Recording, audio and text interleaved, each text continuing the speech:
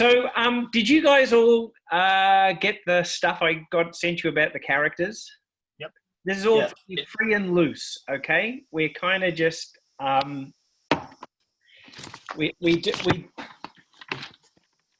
here.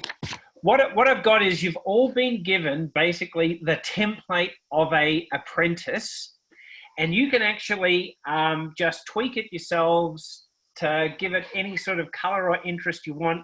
What I was thinking of doing was saying you all have a master at the temple that you're studying under, and the idea is you're going to go through the initiation in this adventure, and hopefully if you succeed at the end, you actually become an initiate of Lancor Mai. So you're all going to have a particular topic of study or interest that is your area. So what I'm basically going to say is you can pick literally any skill on the character sheet and give it 66%. Okay? And I really don't care. And then I really don't care what the skill is, okay? You're learning that in the temple, and your master has taught it. Now, it could be, for example, that your master is somebody who's very good at mathematics, in which case you may have got bargain, or you might have got fast talk, or even intimidate. I don't care. You can decide what your skill is. It doesn't have to be a knowledge skill. You just tie that back to what your master taught you. Will it be useful in the adventure or not? Who knows? Knowledge is a very esoteric thing, isn't it? You never know what is gonna come out with this, and I might be fairly free loose. If you want it to be a weapon skill, I really don't care. You basically don't have weapon skills. The only things you've got a little bit of is like brawling, because that's what the apprentices do. You probably spend a lot of time fighting each other. You don't have any armor, and you only have a few bits of spirit magic. So you had to choose one of detect, vellum, parchment, paper, scroll, or book. Choose one of disrupt, befuddle, demoralize, glamour, or heal 2, and choose one of detect life, detect spirit, light, spirit, or spirit screen. Oh, before I start, I really should have said this. Is there anyone here who is unfamiliar with RuneQuest? Because you don't have to know anything about it, but I just don't want to be talking about things that you're unclear about. So I've just talked about those spirit magic spells, and if you're thinking I have no idea what spirit magic is, I'm happy to help out. All right, we're all happy to help out here, okay? Because you're all apprentices. You're learning. I will say I've played in one game. Yep. With this system, with Toad specifically, as the GM. So I know roughly the roles that are being made, and I've role played for years and years and years. But there may be times when somebody poking me to do something correctly is the way to go. That's right. You're obviously the apprentice who never really paid much attention in any of the classes whatsoever, you know? Absolutely. I mean, no. I mean, what? Exactly. Sounds about right. So that'll be absolutely fine. So what I asked you to do is, and I know this is sort of taking RuneQuest a bit in a strange direction, but I wanted you to come up with some things about your character, and that was 3 things that everyone knows about your character, 3 things no one knows about your character, and you can tell me what that is, and that may come out later on. Something you're better than the average apprentice, and we can turn that into a skill if need be, and something you're worse than the average apprentice, and then something your character believes is true, and then a favorite possession, and then the other thing is what is your master's professed academic interest, and what is their real interest. And sometimes they're the same and sometimes they're not. You can see that I have a very cynical attitude towards academia, and you may not know, but my previous job before I worked at Chaosium is I was actually an academic dean at a university. So, Wow. Excellent. but as we know, In academia, the politics are so vicious because the stakes are so low. That's how it works.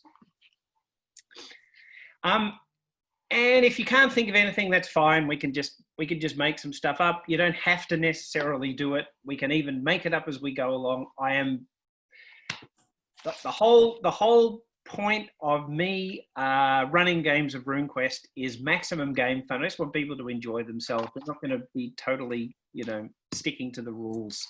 If something would be fun if we didn't. So that's how we're going to do it. So has anyone had any ideas already about their characters and what they might be they might be up to? I DM'd you in the chat on Zoom if you have the ability to look. Oh, okay. I'll go and have a look. Yeah. Let's have, chat. Do you want us to private message the things that no one knows about us? Yeah, send me the private one, because then that may come out later. Okay, that one's cool. Hyperlexic, excellent. So I will write that down. So this game also has some elements of paranoia. Remember, guys? Oh, yeah. Paranoia, where everyone was a member of a secret society or actually a traitor, things like that. Do we get clones as well, or is it just one shots? Oh, this is Only 6.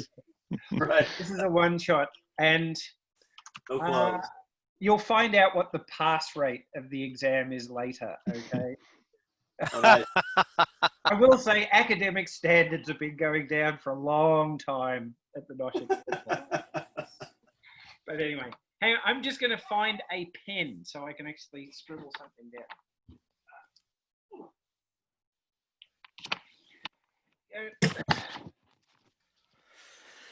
Alrighty. Suppose everybody else has come up with a name and I haven't. Oh, Oh, yeah, good once lord. you've scored your name, you can actually change your name on Zoom. You can rename, so you have your character, and it's written there. If you don't know how to do that, if you go down to Yeah, I got it. You got it? Great, I've renamed myself to my name.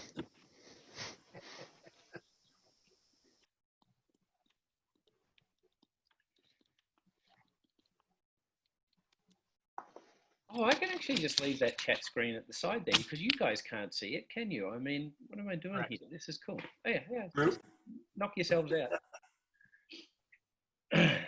All right, and I can give you, I gave you some ideas there. They can be really simple ones. Yeah, I might have not used simple. That's all right.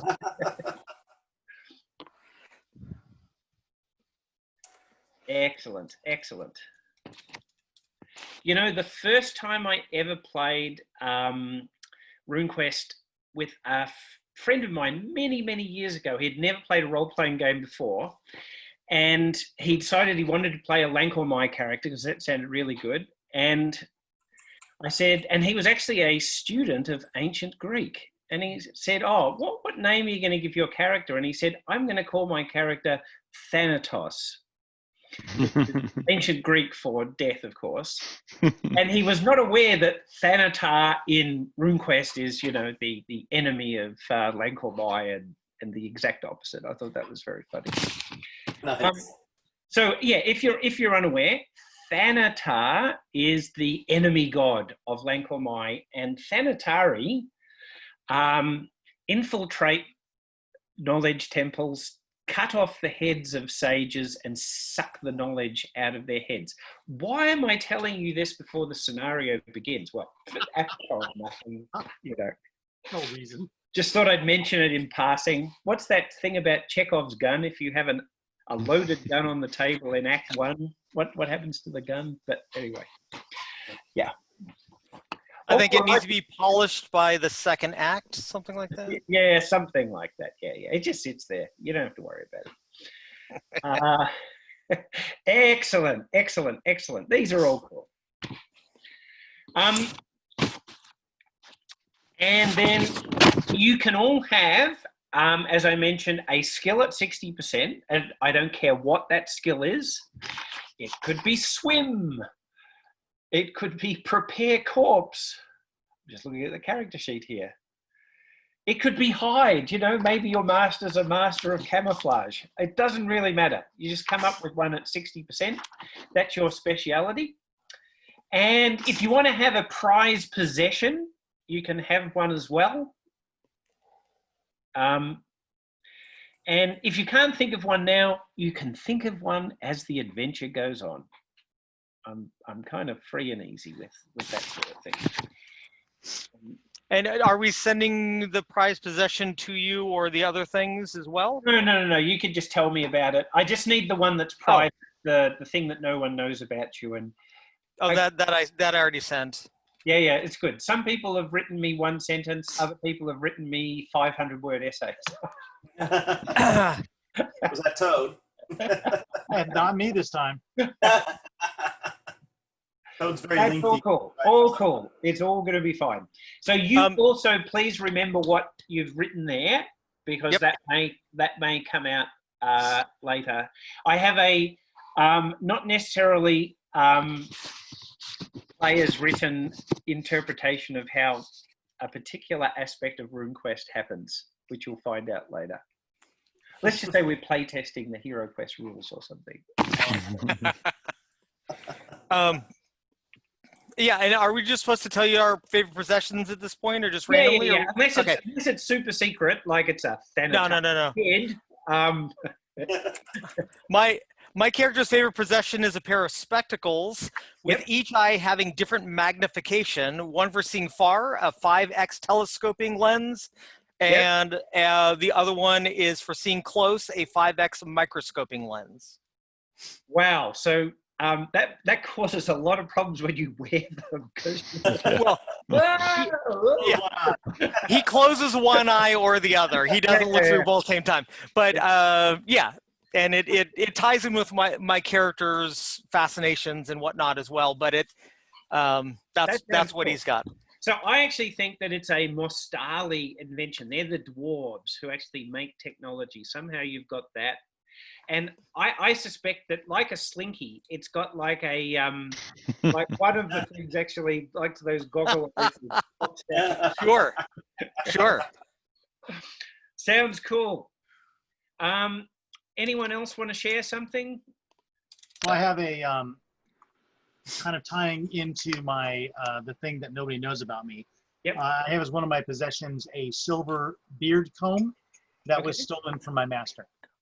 Okay, so you also have a very impressive beard as well, because you get to comb it. It looks good. Actually, it's a barely. This is one of the things everybody knows about me. Okay. It's a barely passable, scraggy beard that is all he can grow. All right. Yes. So, by the way, in case you didn't know, the cult of Lankormai, all sages have beards.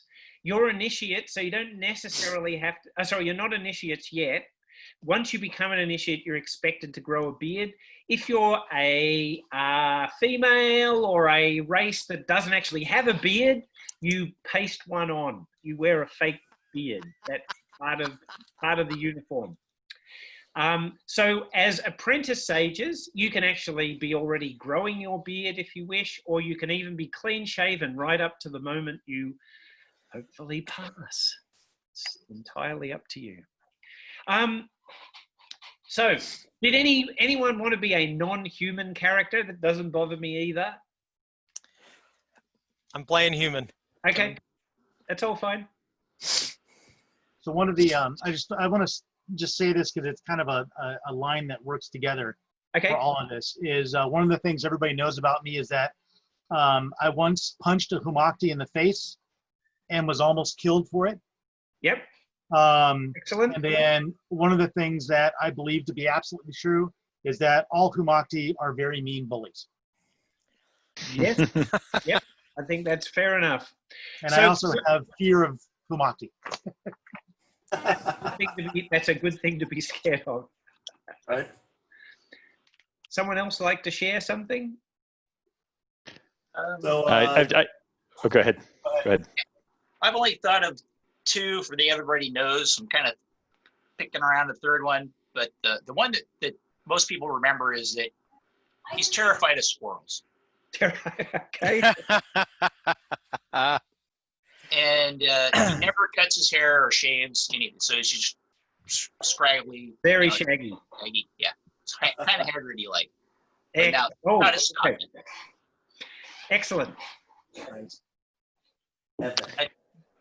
The other thing I was thinking, maybe it was like found as an orphan, dropped off in the pier in a ship, but the ship might be too big for everybody to even know that kind of a fact. So. Okay. Yes, that would definitely work. Someone else? Yeah. Go ahead. Go ahead, Arcos. Thanos? Yeah, oh, no, my Arcos. character, Okay. things people know about me. I often fall asleep in class. All right. And he really tries to be top of the class and the best, but he usually falls short. All right. He's only slightly narcoleptic, just a little. In moments of stress, perhaps? Right. Oh, don't worry. There'll be no problem in this adventure then. No, nothing at all. Nothing stressful. It'll be all fine. And hyperlexic Thanos. Yeah, I went very quickly on a character name. Hyperlex Thanos is going to be hard for me to say over and over. Yeah.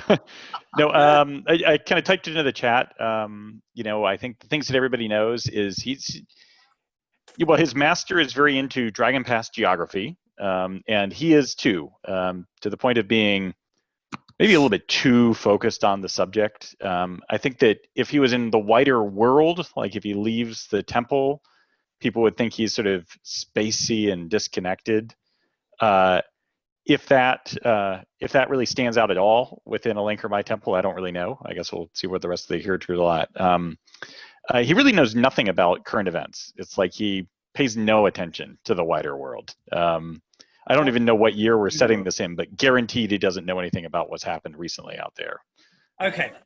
But ask him about geography and locations from a long time ago. He's got it all.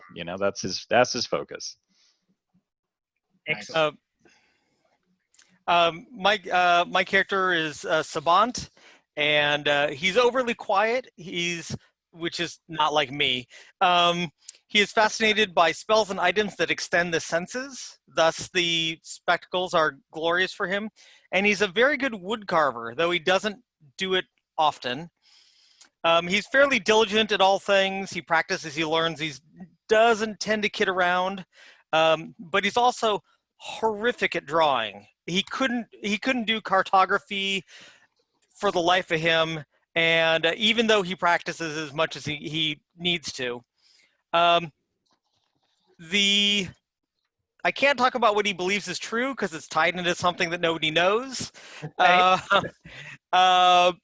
But his master's interest is the hidden meanings in fairy tales of yore.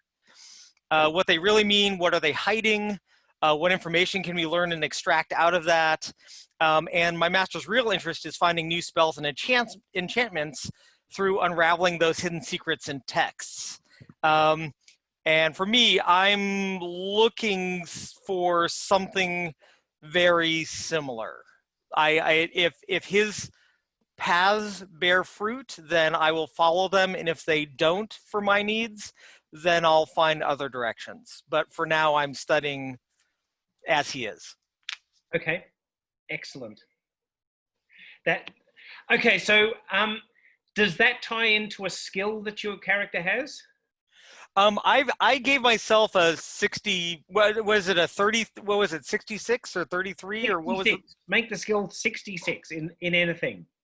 Yeah. Well, I was going to add it to library use. Okay. Excellent. All right. Does that mean I'm at 96 or does it mean I'm at 66, not 30? You're just at 66. So you're terrible at cartography. Yes. I think I'm going to make your master. Your master's name is Salokin Dial.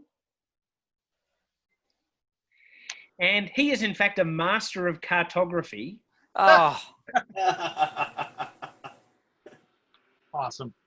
And so you are a profound disappointment to him, I have to say. One thing you don't particularly like about Salican Dial is he's definitely had some interest in younger sages, which is kind of against the rules, you know, because it's the whole teacher-student thing. I guess your ability at map making has meant that he has not really bothered you, but you've definitely seen him do it. You're wondering whether you need to say something about that.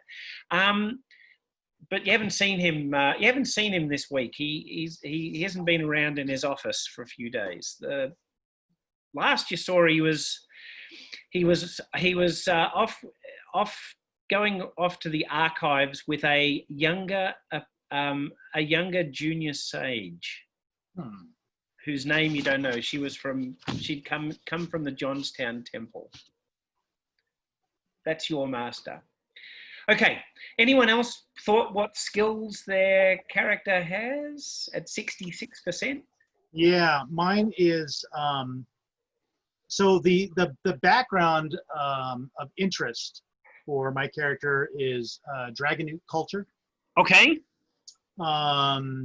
Which ties sort of into my master's professed academic interest, which is Dragonute behavior. Yes. With his real interest being EWF artifacts. Ah, okay. So the skill I took with that is basically draconic lore at 66. Excellent. And you've realized that at this point, if you ever want to get better than 66%, you're going to have your tongue split. Because I also took Aldwormish as one of my languages. Yep. Cut 30 down to 25, which is the max. So yeah, so to go any further than 25, I would have to split my tongue. So no, actually, yeah, that's what you've heard. In reality, what you actually have to do to get better than 66% is you actually have to split your brain. Okay. And that'll be a rune spell? Can be. Or deep sorcery? Yeah. Okay. Very sharp knife. Yes. Yeah. This is very Call of Cthulhu, isn't it? Could be. Also, No, so you've realized with this draconic law that, yeah, if you're going to go down further the way your master does, because your master has a split tongue, of course, which makes understanding him really hard at times. And your master also has a very impressive scar going right down his head. Wow. Okay. All right. Somebody else. yeah, I'll finish up. Right. So the character trait that he's better than average with is he's really fast runner. Okay. Like, awesome sprinter. He horrible at remembering names though. It's like historical in person. It's just names don't stick with him really. Okay. The reason why he's terrified of squirrels is he believes they are servants of Malia and they're her eyes and ears. Good call. That's a very good call. Malia is the god of disease. I'm going to say possums are the more likely servants, but you know. Oh, that's great. Hey, possums have normal tails. Have you seen a squirrel tail? That's obviously a chaos trait feature. Yeah, I totally agree there. Totally agree. His favorite possession is a water pipe because it kind of goes in with his mentor professor's interest. His professed interest is crossbreeding plants. But what he's really doing is trying to come up with better recreational pharmaceuticals like huzzas and stimulants. And sometimes those go wrong. And so that leads to his skill he's gotten really good at is treat poisons. is what he has a 66. Oh, yeah, okay. All right, yes. You're very good at treating poison, okay? And and his interest is in learning a way. He thinks he can probably learn enough off of plants that he could breed an acorn or something that would take care of the squirrels forever. Okay. Oh, okay. Chemical warfare. All right. That's great. Nice. Okay. Has everyone told me their 66% skill? I can't remember. I have not. What did you come up with? Well, I've been tossing around what my master's professed interest is and secret interest is. Still kind of struggling on what skill to put it into. I'm thinking the original thought was he's professed skill is geology, rocks, going in, learning different elements and such. But his real interest is transmutation, trying to turn metal into gold. Of course, yeah. Well, that's alchemy, of course, yeah. Right. Okay, and that's what I'd put down was alchemy. So I wanted to make sure that would be the right skill to put down. All right. So you have detect gold as your detection spell, rather than detect vellum or anything else. All right. Your master's taught you detect gold because that's what he wants you to find. And you could have, for example, there's like mineral lore you could have as a high level skill. Okay. You could have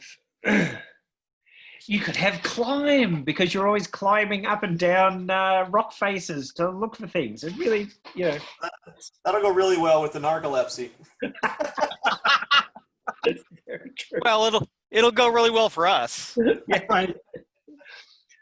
Oh, I can treat. Yeah, now I can. Yeah, right. Yeah, I can do climb. Why not? All right. Okay, because your master has you scouring the countryside. You're looking for particular, veins of rock because that's going to have gold in it that he's going to transmute. Yeah, go ahead. I was just saying that you already mentioned mineral lore, right? Yep. Yeah, that's what I thought. Yep. Sorry. Continue. Yep. Alrighty, and we can make stuff up as we go along anyway.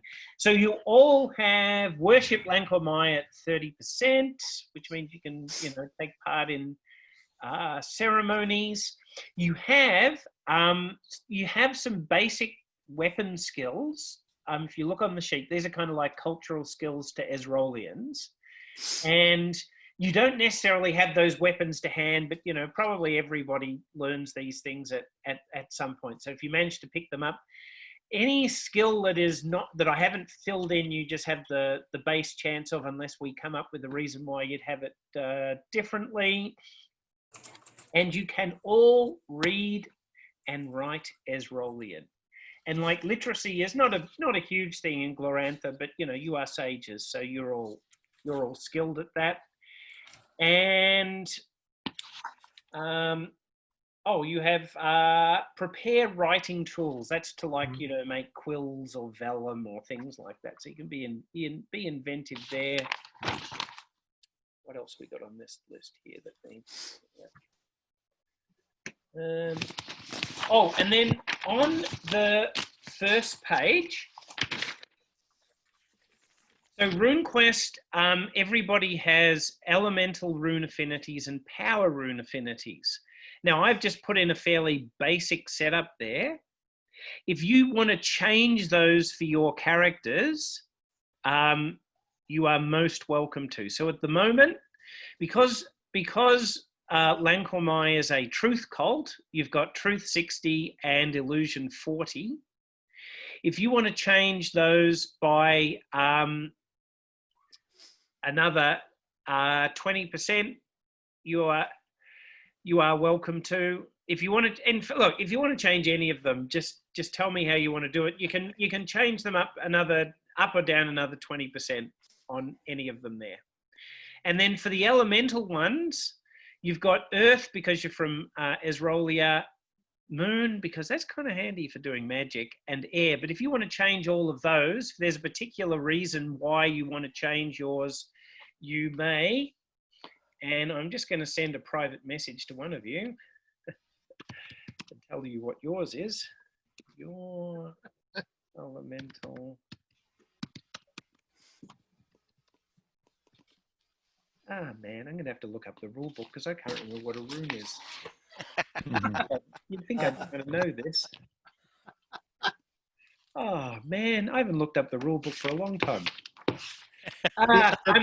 Chaos. No, it's not chaos. I assure you I'm not looking up chaos.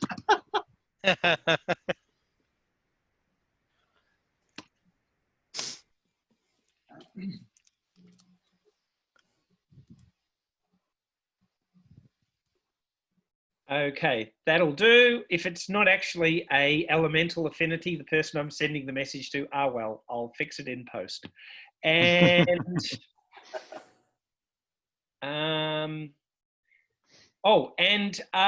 Gerard, you also have and you also have Dragon Newt rune 10%. Okay. Just 10%. Because it's just something you're beginning to understand. And is that an elemental rune? I can't remember, but let's just say it is. Sounds good. Yeah, but you know, I actually think the Dragon Newt rune's a bit like learning magic in Call of Cthulhu. The more you learn. Yeah. Go down the rabbit hole. Yeah, it's a path that once you go down that path, as I said, you end up splitting your brain. I still think sanity belongs in RuneQuest. It's not as easy to gain in RuneQuest, but you can gain it. I agree. I was actually thinking, I don't know how familiar you guys are with stuff that came out a long time ago. There's a scenario called Galmata's Vision, which is in a book called Shadows on the Borderlands. Yeah, right. That's where you are some Sun County militia going to a very remote village to work out what crazy stuff's going on there. And that is about the most Call of Cthulhu scenario there is, even though it's not in Call of Cthulhu. Every time I've played that or GM'd it, it's ended badly.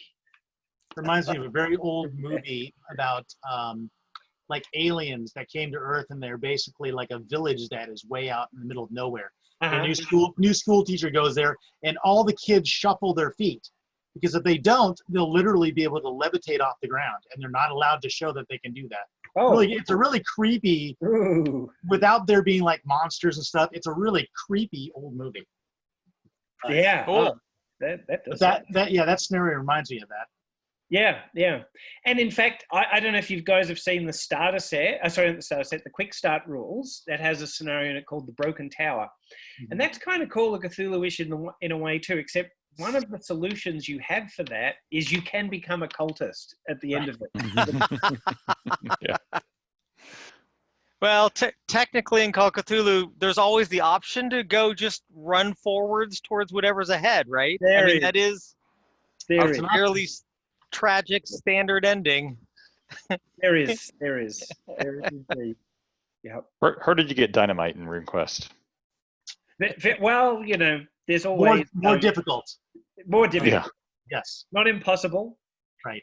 And there is always, you know, Thunderbolt, Sun Spear, or as you guys in Lankelmai have, Detect Vellum. You know, yes.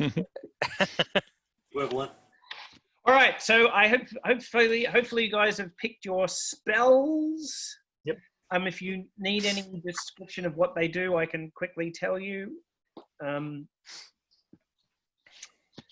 Heal 2 is enough to like stop you dying, but it won't put a leg or an arm back on. You don't have any rune magic yet because you are not initiates. In RuneQuest, role-playing in Glorantha, initiates have rune magic as well. In the older editions of RuneQuest, you only kind of had it as one use, but in this, you don't. But you're not initiates yet. You all have 15 magic points. To cast a spirit magic spell, you have to roll under your power times 5. You have a power of 15, so you have like a 75% chance to cast a spirit magic spell. You have 11 general hit points, and unless any of you come up with like a logical reason why you own it, you basically are wearing scholar's robes and you don't have any armor or anything else at this stage. That's not to say you won't necessarily have it later in the adventure if it's needed. But if we're kind of good to go, we could get going. Yep. We can just add things in later on. And seriously, I don't really care if you think of something later that you think would be really cool, we can add it in. We're not playing for, prizes here or anything else. We're just playing here to have fun. Okay, so I would just like each of you to just reintroduce yourselves, say who you are, what you're studying, and a couple of points that you think people would find interesting about you. So if people are watching this, we're getting a little bit of a reprise. So I'm just going to go along my list. I've got you guys along the top here. One really irritating thing I've learned about Zoom is my list of you is not necessarily the same order as yours, which I think just causes endless confusion. So we're going to start with Jared, as played by Toad. Do you want to just do a brief 60-second introduction? So Jared is a 16-year-old boy, soon to be a man, and he has reluctantly, several years ago, been dropped off at the Lankermai temple in Nochet because he did some things that his parents were not pleased about, and he was going against the clan. So he was dropped off, and he's reluctantly stayed because he really has nowhere else to go, and nobody will have him. He is easily distracted by things. He really likes fishing. Honestly, if he had his choice, he would be a fisherman. He really enjoys fishing, and one of his talents that he's very good at, or better than most, is tying knots. The other thing he has issues with is remembering details with instructions. If it's a listen carefully moment, he usually forgets after about the 4th or 5th word. All right, cool. Excellent. Okay, and next on my list is Sabant Rainsford. Hi, my character is Sabant, male, 17. He is a quiet, diligent student. He's been sent here from a while ago, and it is generally known that he has no contact with his family anymore. He's fascinated with spells and items and information about how to extend his senses in every possible way, and his prized possession is a set of spectacles. One lens is telescoping and the other one is microscoping. He only looks through one eye at a time. He's also, he's a good wood carver and does that at quiet times between lessons and studying and working. He is horrible at cartography. He doesn't get it enough, and his artistic skills are 0 in that medium, which makes him the lowest of his master's appreciated initiates and apprentices and whatnot, since my master, is the master of cartography. I think that is all for now. Okay, excellent. That's you. Yeah, that's what I do. Hyperlex Thanos. Yeah, I'm a Hyperlex Thanos, and I just think Dragon Pass is the coolest. It's just so interesting. There's just so much stuff going there. Notchet's interesting, but there's the tall mountains, and there's all the ruins, and I really wish I could go there. Yeah. Yeah, that's about it. Okay. Yeah. And you're kind of a bit sort of always off in La La Land, right, aren't you? Yeah. You kind of have to call him to attention. So. Yeah. Cool. All right. And Thechad. That's Jim. Oh, sorry. So the Chad, he was dropped off on the docks as a little bit more than an infant, but not really much older than a small child, and was taken in by the orphanage. Eventually demonstrated some, he's kind of clever, and some Blanker Mai took him in, started teaching him to read, and he's trying to learn about plants because he's discovered that the squirrels are everywhere, and he's has it under good authority that they are all servants of Malia, spying on us in order to spread disease and destruction in the coming months. And it's That his tracks. goal to learn Yeah. how to stop them at any cost. Excellent. But his master's just interested in like breeding seeds. His master's interested in what? Just like breeding seeds of any for entertainment purposes, rather Oh, okay, right. than saving the world. Yeah, okay, cool. And Harkos.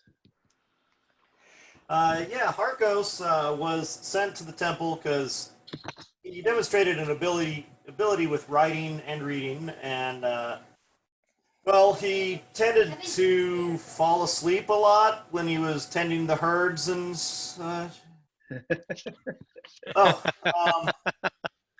but he so he does tend to fall asleep in class, but he tries really hard. He really enjoys being here. I just love it. I want to be the best, but I don't know why. I think I just can't quite grasp it. No matter how much I read and stuff, I just can't quite grasp all the details. Out of your head. Yep. Yes. Unbeknownst to him, he tends to overthink things and try too hard. Something he's better at than the average person is identifying rocks. Something that his master, who has a professed skill and desire to study geology, has passed on to him. Something that he's worse at than anybody else is, well, he tends to be a tad late wherever he goes, usually because he fell asleep and had to get woken up. Okay. His favorite possession is a small gold rock that he chose not to turn into his master after one of his trips abroad. And his master's secret interest, or his real interest, is alchemy. He's fascinated with gold and trying to find it, make it, get it, however he can. Excellent. So we've got everybody ready to rock. I think we're going to start the session. If everyone's ready to go. I did have one question. How are rolls going to happen? You just roll them yourself, okay? And tell me. I really don't care. If you want to cheat with your rolls, I don't care. All right? I'm just going to go get dice. Fine. Oh, hell. It's okay, Jeff. I'll make all your dice rolls for you. 99, 98. Yeah, there you go. Oh, 0, 0. Again. Oh, what a bummer. I just thought the idea, maybe you could write down 0, 1 to 100 and just cross a die roll off. I've thought about that before. Yeah. That would work really well in Call of Cthulhu, I think, actually, wouldn't it? Eventually, in a long campaign. If we need to roll d20s at all, I've got my little ducky d20, so I'm ready to go. Nice. Excellent. Toad has his giant D20, so. Yeah, I've got my little D20. It's yeah. All right, so time to begin. So we've introduced each other. You are all apprentice sages, and you're at the Great Temple of Knowledge in Notchet, which is the largest temple of Lankomai in the world.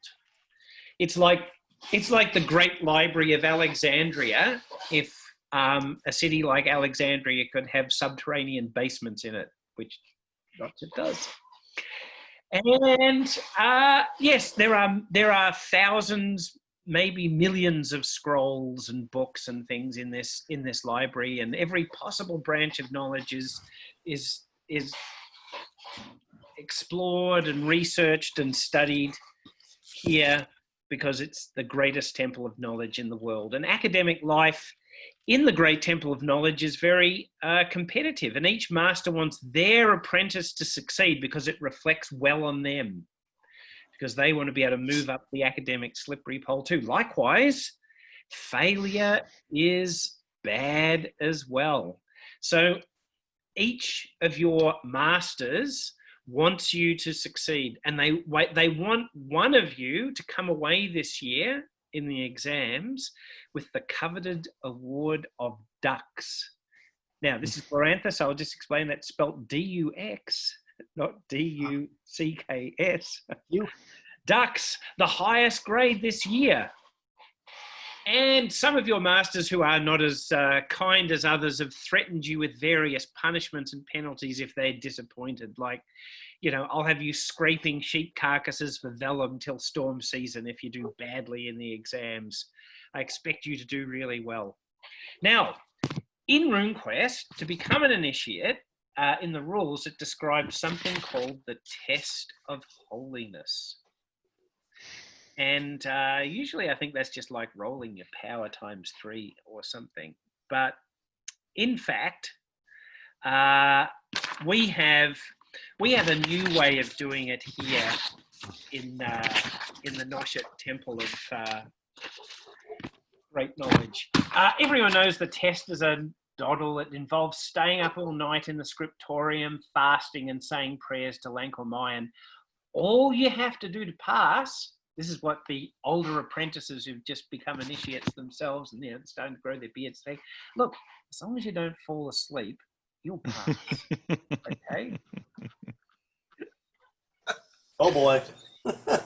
Yeah, that's problematic. Yeah. Maybe Tashad could help with some stimulants there. And the following morning, there's always a big slap-up feast with the best spring lamb. One of the big advantages of being at the Great Temple of Knowledge is all the vellum they make. They have huge herds of sheep and goats and cows to make vellum, which means you guys eat really, really well here.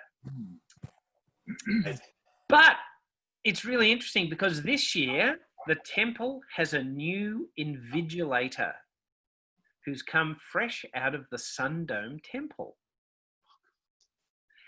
And his name is Dr. Marv Monroe. And he's replaced the old traditional test of holiness with a new one of his own devise. And he calls it the Sage Acceptability Test, also known as the SAT test. And he says, you don't have to stay up all night or anything. This one, I'll be able to work out whether you are perfect for Lankormai just with 3 simple questions. So this is the new test. All you have to do is answer a few simple questions and we'll be able to work out your acceptability to Lankormai. And so he calls you in and you're all sitting in the scriptorium and he hands out sheets of parchment. And he says, right, I need you to answer these questions. You must answer truthfully. Are you ready? You need to write these down, by the way. You'll need these for later, okay? You don't have to write very much, don't worry, okay? So, question 1, he asks, pulling his beard, what animal interests you? Write 3 words to describe that animal. What animal interests you? Write 3 words to describe that animal. That's the first question. That's question 1. Okay, got it.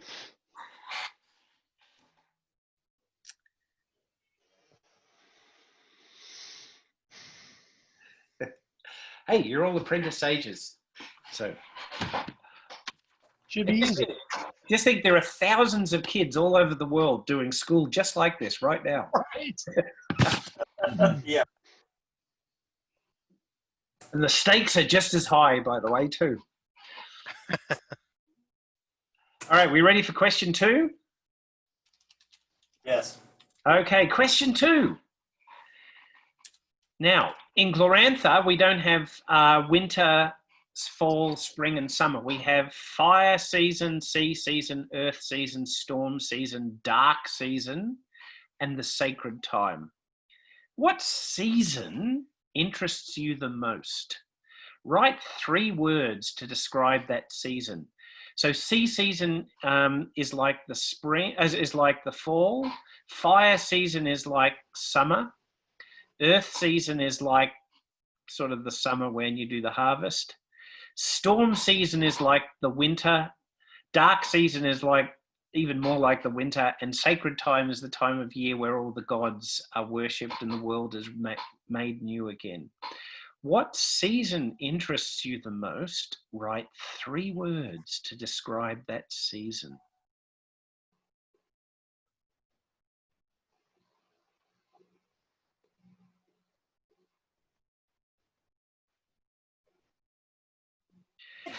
And he's wandering around the tables while you're doing this and looking over your shoulder. And to Harkos, he looks over the shoulder and he nods knowingly at your answers. And Thatchad, he goes past you and you just do hear him under the breath going tut, tut, tut as he goes past. And Sabant, as he goes past you, was he rolling his eyes? That was a bit weird. And Toad, he walks past you and he says, "No cheating." What? And Hyperlex Thanos, he goes up to you, and because you're standing there staring vacantly at the wall, he goes like this to snap you back to attention. I say, tasty. Oh, what? All right, so has everyone written their second answer? And this is the 3rd question, the 3rd and final question. Imagine you've been cast adrift on the homeward ocean in a small raft. Write 3 words to describe your feelings at this time. And the homeward ocean is like the great vast ocean in the middle of Glorantha that has a giant whirlpool in the center that will suck you down to hell. And is huge. So describe 3 words to describe your feelings at this time.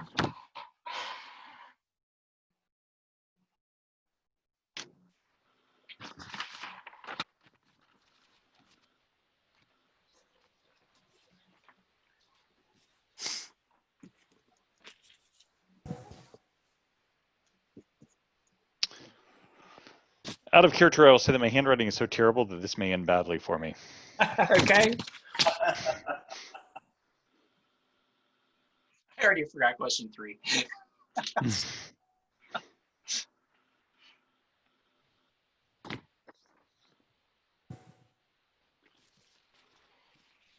Okay, so he gives everyone just the last few minutes to, write up their final answers. I'll just quickly go through the questions again. Question 1 was, what animal interests you? Write 3 words to describe that animal. Question 2 was, what season interests you the most? Sea, fire, earth, storm, dark, sacred time. Write 3 words to describe that season.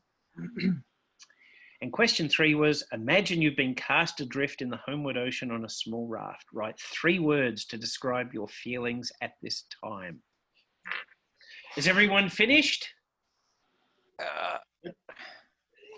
Because he's going to go round and he's going to collect your answers. And he collects them up and he just looking through them and saying, yes. Okay, he says, thank you very much. Well, as I said, this new SAGE acceptability test is my new brilliant way to work out whether people are worthy of joining Lancor Mai. Here's what I was really asking you. Your answers were not to the questions I gave.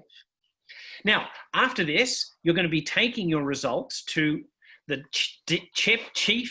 Deputy Chief Librarian Ananias, someone that you are all in great fear of because he is the person in charge of all the apprentices, and he is a fearsome academic figure with a magnificent forked beard.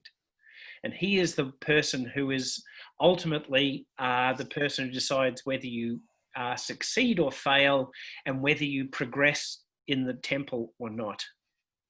So, question 1, what animal interests you? What I was really asking is, if Ananias, the Chief Deputy Librarian, was an animal, what animal would he be? What do you really think of Ananias? He'll be very interested to hear your answers.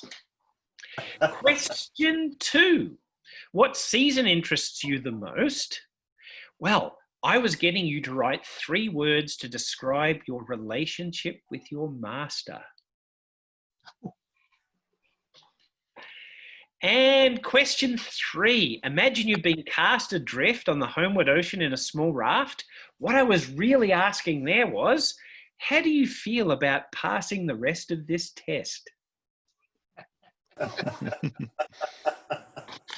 So let's just go through the answers. So, Jared, tell us your answers. What animal interests you?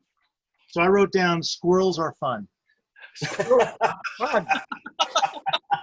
So you think Ananias, the Deputy Chief Librarian, is fun? He'll love to hear that. For the season, I wrote down darkness is comfortable. Comfortable. Okay, we have a comfortable relationship with your master. That's good to hear. And what about being cast adrift on the homeward ocean? I swim badly. Okay. Oh, well. It is in the god's hand then, isn't it? Okay, Hyperlex Thanos, what animal interests you? Something that is scaly, fast, and tasty. Okay. Did you say the actual type of animal or just the description? The instructions just said to write down 3 words. Oh, okay. All right. Yeah. You could have said the animal as well. No problem. So you think Ananias is tasty? Very interesting. And scaly. Yes. Well, I can see that too. All right. And what season interests you the most? Sacred time, because it's blurry, slippery, and quick. Okay, your master will be very interested to hear that. And what about being cast adrift on the homeward ocean? Frustrated, hopeful, and deja vu. Okay, it's like you've passed this test before. Very interesting. Okay, Harkos, what animal interests you? What were the 3 words you described? I picked horse, strong, fast, and majestic. I think you might be the first person to go talk to Ananias somehow. And what season interests you the most? Fire season. It's hot, bright. It's free. You can go travel. Okay, hot and bright. Your master's going to like that one. Oh, he really would like that one. Shame we haven't seen him since last week. That's weird. And what about being on a raft in the middle of the homeward ocean? Lost, frightened, and excited. Well, that's a good attitude to have, I think, in this very difficult time in your life. Okay, Sabant, what animal interests you? The bat. Not a crimson bat, I hope, but yes. Okay. A bat. Fast, piercing, understands. Oh, I think Ananias is going to like that one as well. He may not quite like the bat. I'll just say that the Crimson Bat is a great enemy of Ezrolia from the Lunar Empire and did come down and do bad things, but the description was good. What about the season? What interests you there? Fire season. Yes. Bright, exposed, and revealed. Okay. Does your master like exposing themselves? It's his master that is the one with the unnatural interests in No, that's sages. that's the Did other they one. get confused? Oh, okay. No, All that's of mine. Coming out, and this is a Those- truth cult. This is a truth cult. So, be that as it may. And what about your feelings on the Homeward Ocean? Secrets, alone, and journey. Well, you are on a journey of discovery and knowledge. That's a good attitude to have.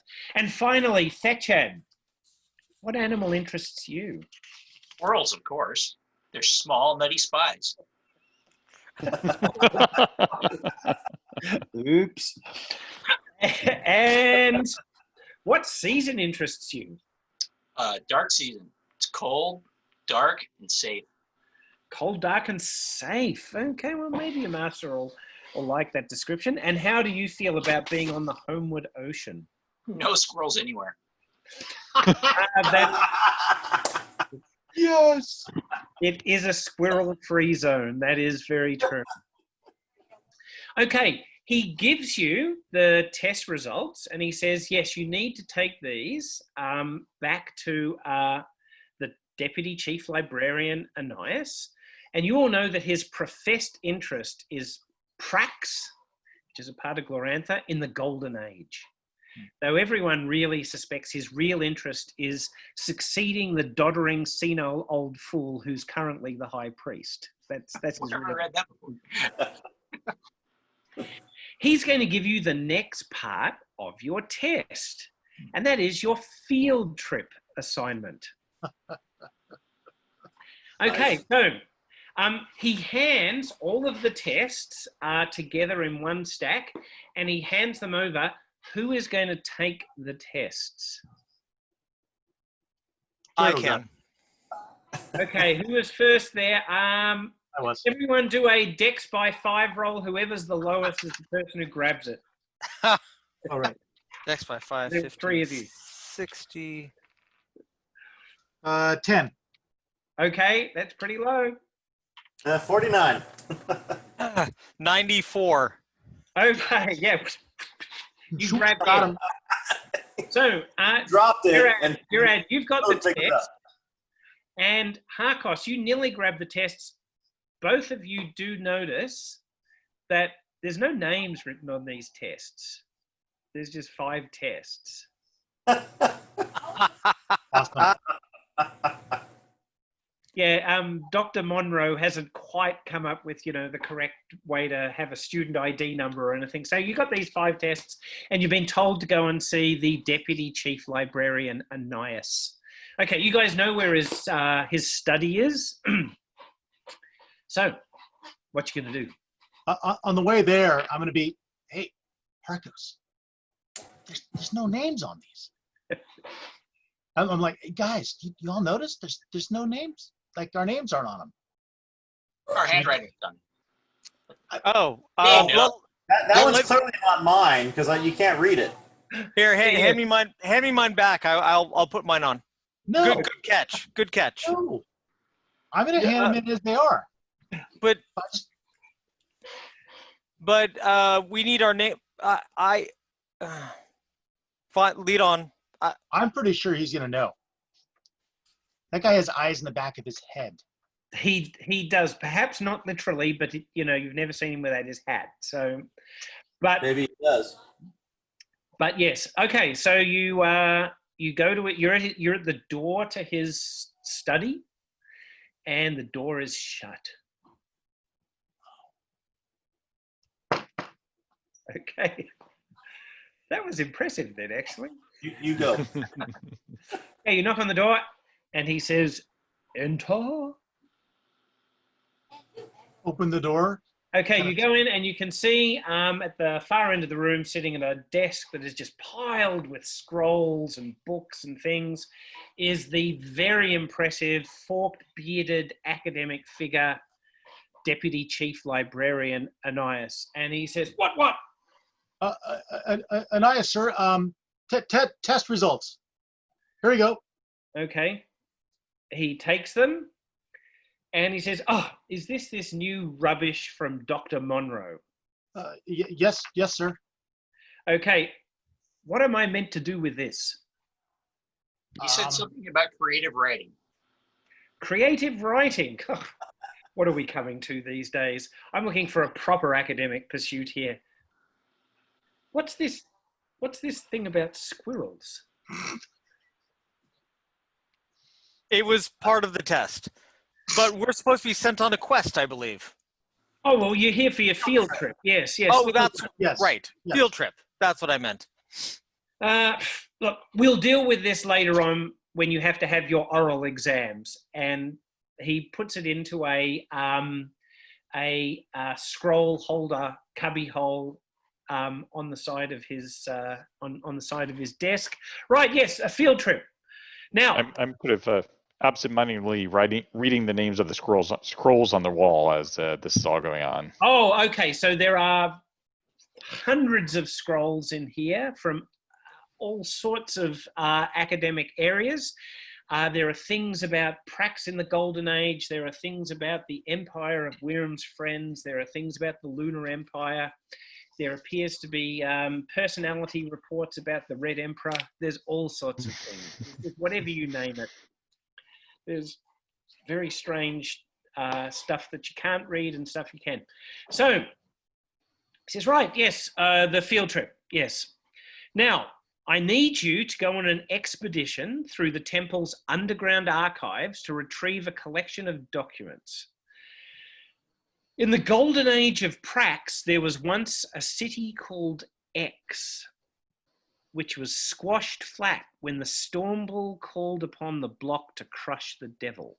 Now, I have cast divinations that have proven the existence of the X-Files, and I need you to go down into the archives and find that file. Okay. Now, go and see the sage on duty at the entrance to the underground archives, and he'll give you further instructions about where to find it. What do we know about the underground archives? One of you has a very high library use skill, don't you? Oh, yeah, I know exactly where that is. Okay, you know where it is. You want to roll your library use skill, and I'll tell you something about the library. 40, less than my percent, 44. Excellent. Okay, well, the underground archives are an endless maze of tunnels, galleries, cubby holes, nooks, rooms, chambers, and halls, all stacked to the brim with scrolls, books, papers, artifacts, and objects, all classified, tagged, or labeled in one way or another, and often several ways by sages with different methods of ordering things. But, and you know this because of your library use skill, yes, but in reality, one big, hopeless, confused mess. The temple is actually waiting for a cult hero quester to come along one day to sort it out, a sort of superhero Harrick the Librarian type. Meanwhile, things continue to get stacked down there using whatever cataloging method is in vogue at the time. This temple has been there since time began, and probably before that as well. So you know that it's going to be very interesting trying to find the X-Files. The divinations have proven they exist somewhere down in there. Okay, so you can actually find the entrance to the underground repository. Now, before you do that, does anyone want to grab anything, do anything, or organize anything before you go? Because at the moment, you've literally just in what you're wearing, and you might have some stuff to do some writing with. You've possibly got a small knife to make a quill or something, but that's you've got your Google Eye glasses. And sure. That's about all you do. Are we allowed to bring any food down into the archives, or is that kind of strictly forbidden? Well, at different times there were rules about being allowed to eat or not. You're not really sure on that one. You could possibly ask the person at the entrance. I will grab some food to take with me. Very good. And a bedroll. A bedroll. Okay. This is going to take some time. Arcos will need that. Yeah, can I use that? Yeah, you can go back to your dormitory and get whatever possessions you want. You can go to the kitchens. You can basically try and pinch something if you think it might be handy. But work it. See what. How is illumination handled in the library? Do your library use skill again. I missed by 2. Oh, you just assume it's all perfectly fine down there. Come on. We are doomed. We are doomed. Somebody always had something I was using when I was in the library, yeah, so I'm certain it's there. Yeah. It's sure. It's all cool. It's all. So I'm going to tuck my knife from my writing tools implements. I'm going to tuck my knife into my belt. Yep. Stop by the kitchens, grab a loaf of bread, maybe some cheese. Yep. And I am going to go ahead and bring. I assume there's tons of candles available, and maybe a small lantern or something like that. I'm gonna bring something like that just in case. Okay. All right. I'm definitely not. I'm definitely not, because it's taken care of. I don't know what you're talking about. I just don't necessarily like being on the ground. It's a field trip, so I'm going to go get my backpack and my bedroll. And I've been on a few field trips for my master, going looking for gold. Rocks and stuff. You actually have a mountaineering pick.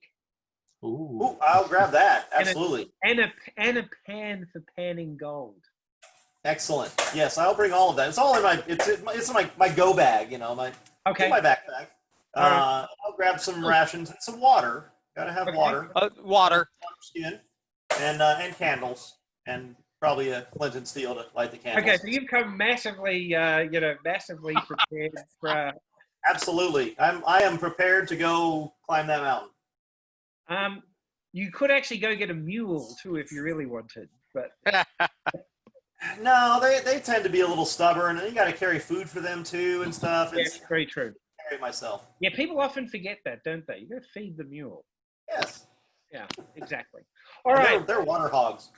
So rations in something for a light, like a candle or something. But the main thing that wasn't mentioned that I want to take is either some chalk or some charcoal to it could mark on pretty much any kind of surface. Oh, great idea. Yes, you can grab some chalk, no problem. Plenty of that here. Okay, I think we are pretty much ready to go. What I would actually like to do though is take a 5-minute break because I need to go to the bathroom. As in, I'm not in the game. Like, I really do need to go to the bathroom. So, it's too bad. We started. We've 5 hours, no pee. I'll at least turn the camera off then. No, it's 18 past the hour here. So let us reconvene at 25 past the hour, if that's okay. Sounds good. All right. Okay, so you're going to go to the underground archives, the vast underground repository, and when you get to the entrance, you can see that the sage on duty is none other than Columbus Mercator. And you all happen to know that his real and professed interest is proving Glorantha is round, not flat. Round Earth. Nice squirrel. Of course, as we all know, if he did sail to the end of Glorantha, he would in fact fall off. Columbus. Oh my God. And you happen to know that Columbus is looking for crew for his planned circumnavigation of the globe, and is always looking for scholars to sign on to his crew because he wants to set off on his expedition. Now, can you do, you can all try this, can you do a library use roll? not if history has anything to do with it. 14, I think that's well in there. That's pretty good. Yep. 77. Nope. 62. Ooh, 26. Okay, those of you that succeeded in the roll know that behind him on a shelf, you can actually see that there are some, they look like flat pieces of wood that are stacked in the shelf behind him, and you know that they are, in fact, what is known as a bookworm. And they are something that seems to have like a temple spirit or whatever inside it, and can help you find things in the library. But he's standing in front of this at the counter at the entrance to the archives, and he looks at you with torpid disinterest as you approach. Yes?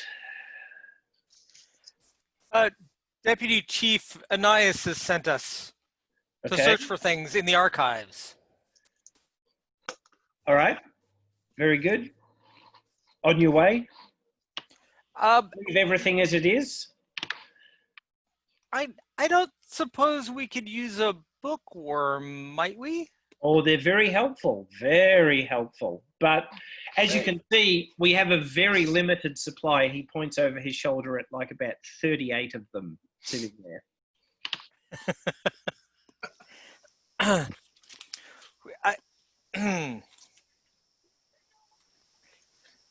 Well, and you notice that he's working on a document, and he's got like 2 big circles with maps of the world on it that he's sketching out, and he's drawing a boat sailing on it and things. He says, "Hurry up, I'm very busy here." I guess it won't take us too long to find that stuff about the round world that he was looking for. Okay, you notice his eyebrows prick up. What was that you said? If we were looking for evidence that the world was round, it'd go much quicker if we had a bookworm. What? He already said no. Let's go. You're right. Wait. He's going a ways though.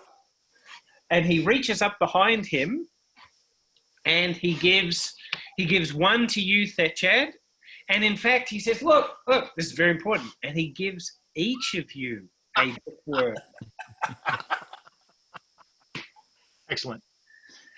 He says, so it's okay then. Okay. Yeah. Well, I'll be very interested to hear what you here discover, and just be careful down there, okay? It's big books. In fact, it's so big that I've been able to partially prove my theories about the curvature of the Earth. I've mapped out the floors there, and it's not completely flat. It does begin to curve as you go a long way down into the archives at different directions. That's how big it is down there. In fact, I even suspect that at some points we're not even in the same world. Italy. This should be easy then. Oh, very easy, I'm sure. Yes, for scholars of your magnitude. Oh, and when you come back, I'd be very interested to talk to you about my planned expedition. To where? He shows you this map, and he says, I'm outfitting a ship to prove that the world is round. Look, just take evidence of your senses. Look, for example, that when a ship comes across the sea, what do you see first? The sail. You actually see the mast first, because Glorantha does... Right. Okay, so meta discussion here. Glorantha does have a horizon. But there's a very, very simple scientific explanation for that. Light goes up to its home. Exactly. Light doesn't travel in straight lines. It wants to return to the heavenly mansion whence it came. This is science. Science. So yeah, Hyperlecthanos actually says that when he says it. He says, light goes up to its home, of course. Of course it does. Of course. That totally disproves your theory. No. Sorry. No, actually, you're wrong. He doesn't say, of course. He doesn't say. Furious. Yes. He pulls his beard. He says, no, that cannot be right. And he goes into a very abstruse scientific explanation that... So suddenly I speak up and say, well, the Wertagi fleet of 913 tried to do this. What? And as we all know, they sailed off the horizon to the west and never came back. He take. This is the most intense you've ever seen. Any of you have ever seen this guy? My character say anything? Yep. And he's going into more detail than anyone would necessarily know about this. and Columbus says, "And where did you read this?" Well, I talked to somebody about it. It's somewhere here, I think. What? It must have been here. Yes, it was here. He's very, very confused by this. I need to talk to you more when you get back about this, young man. I'm certain that fleet did sail to the west, and years later, a dragon fleet came from the east. I am sure it was the same one. And when I go on my expedition, I'm going to prove this. And I am looking for crew. So if any of you are interested in joining us, I'm sure you are. Anyway, Didn't it take a tremendously long time? We can talk about this more when I sit on the board of your oral exams on your return. Aha. Well, Once we return, we can discuss this then.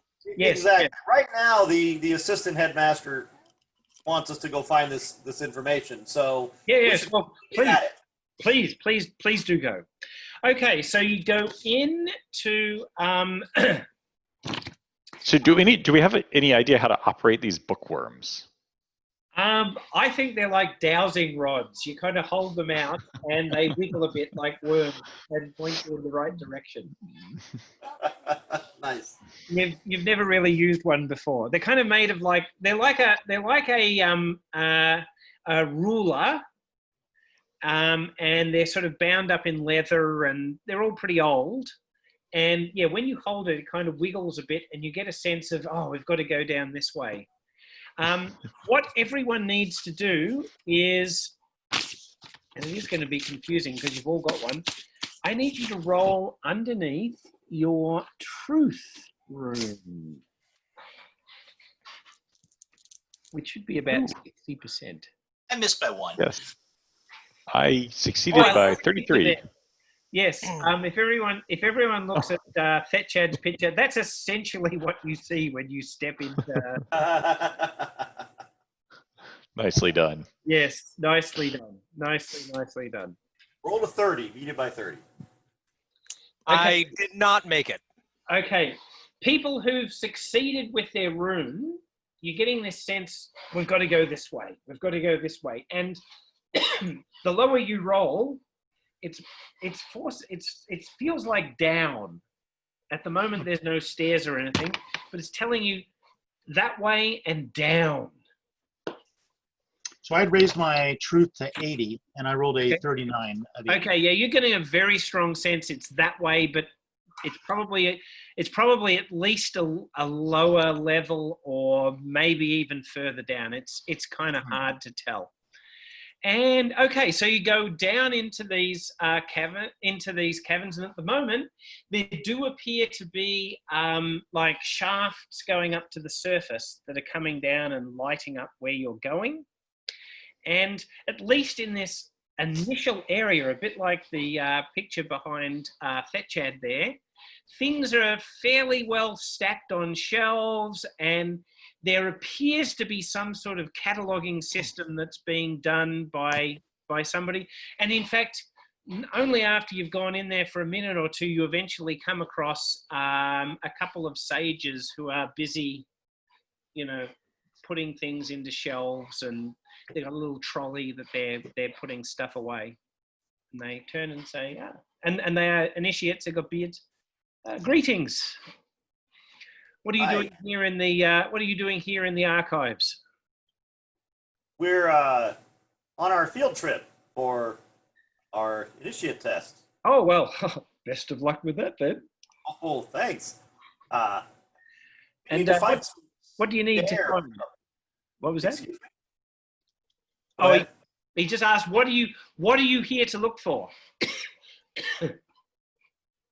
Out of character, we weren't told that this is a secret or anything, correct? No. He just told you he needed you to.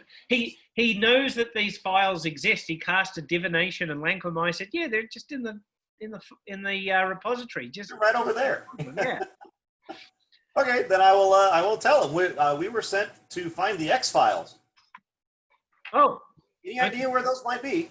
And never heard of them. Complete blank, incomprehension, not a clue.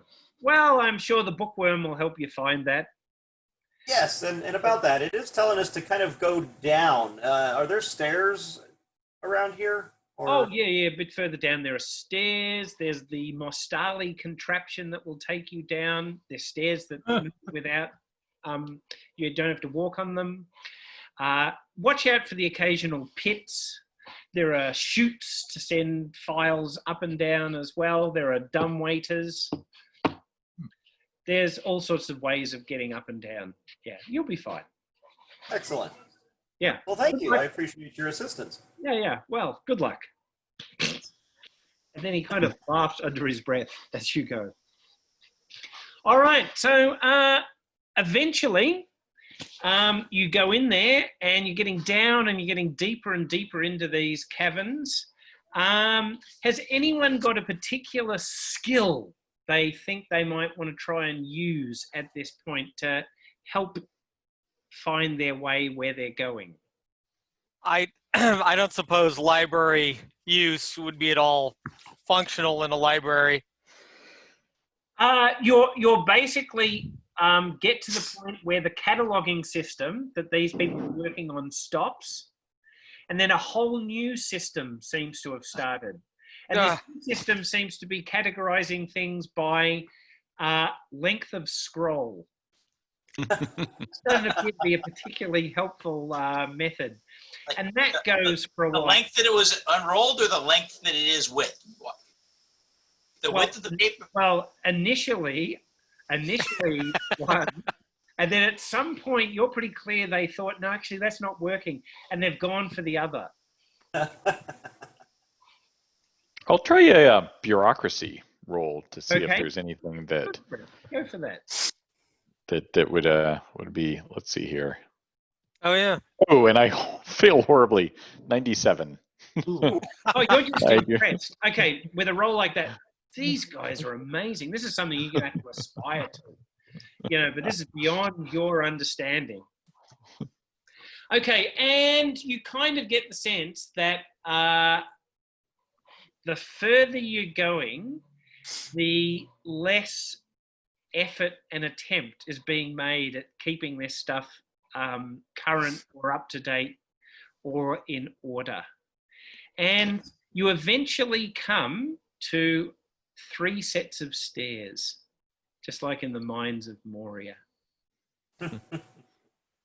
There's one that goes down at a steep angle. There's one that goes down at less steep angle, and there's one that goes up.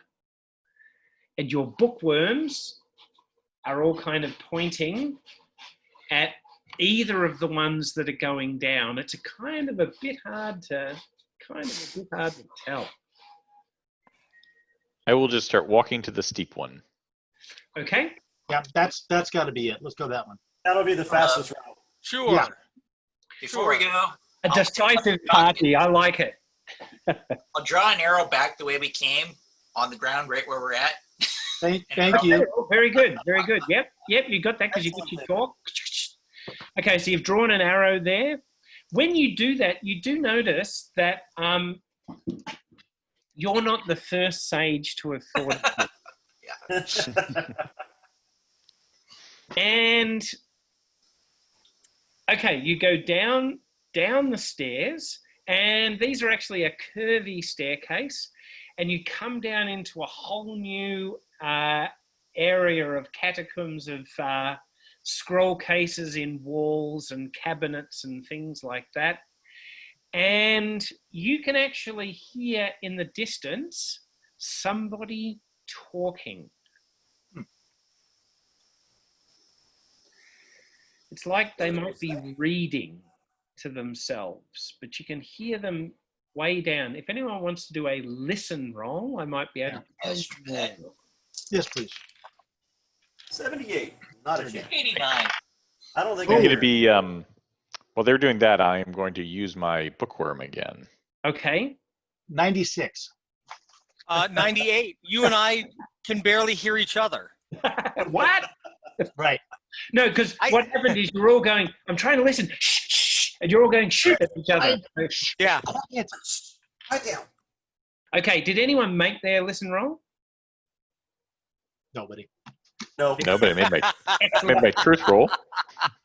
All right, so it's only as you keep walking further down that you realize that the reading or the voice has stopped. And looking up ahead, you can see that there seems to be like a stack of books, stacks of books, and then books piled on top of it. It's like someone's made a little fort out of books. And you're pretty sure that sound was coming from inside this sort of piled stack of books. Fabulous. Somebody to ask directions of. Of course. I'm gonna walk and Anybody kind in of there? Or peek they ask around. us for directions to get out. All right. So, how are you going to approach this? So Knocking on the books. I'm gonna just kind of walk, and I mean, is it all enclosed or is there an opening? Okay, as you get up there, you can see that there's kind of like a crawl space at the bottom of this. You know how when you were kids you made a fort out of your couch and blankets? It's kind of like that, but it's been made out of books. Yeah. Excellent. So I'm gonna kind of peek my head around into the opening. Anybody here? Okay, it smells really bad, and you can see that there is a shape inside. What? Oh no.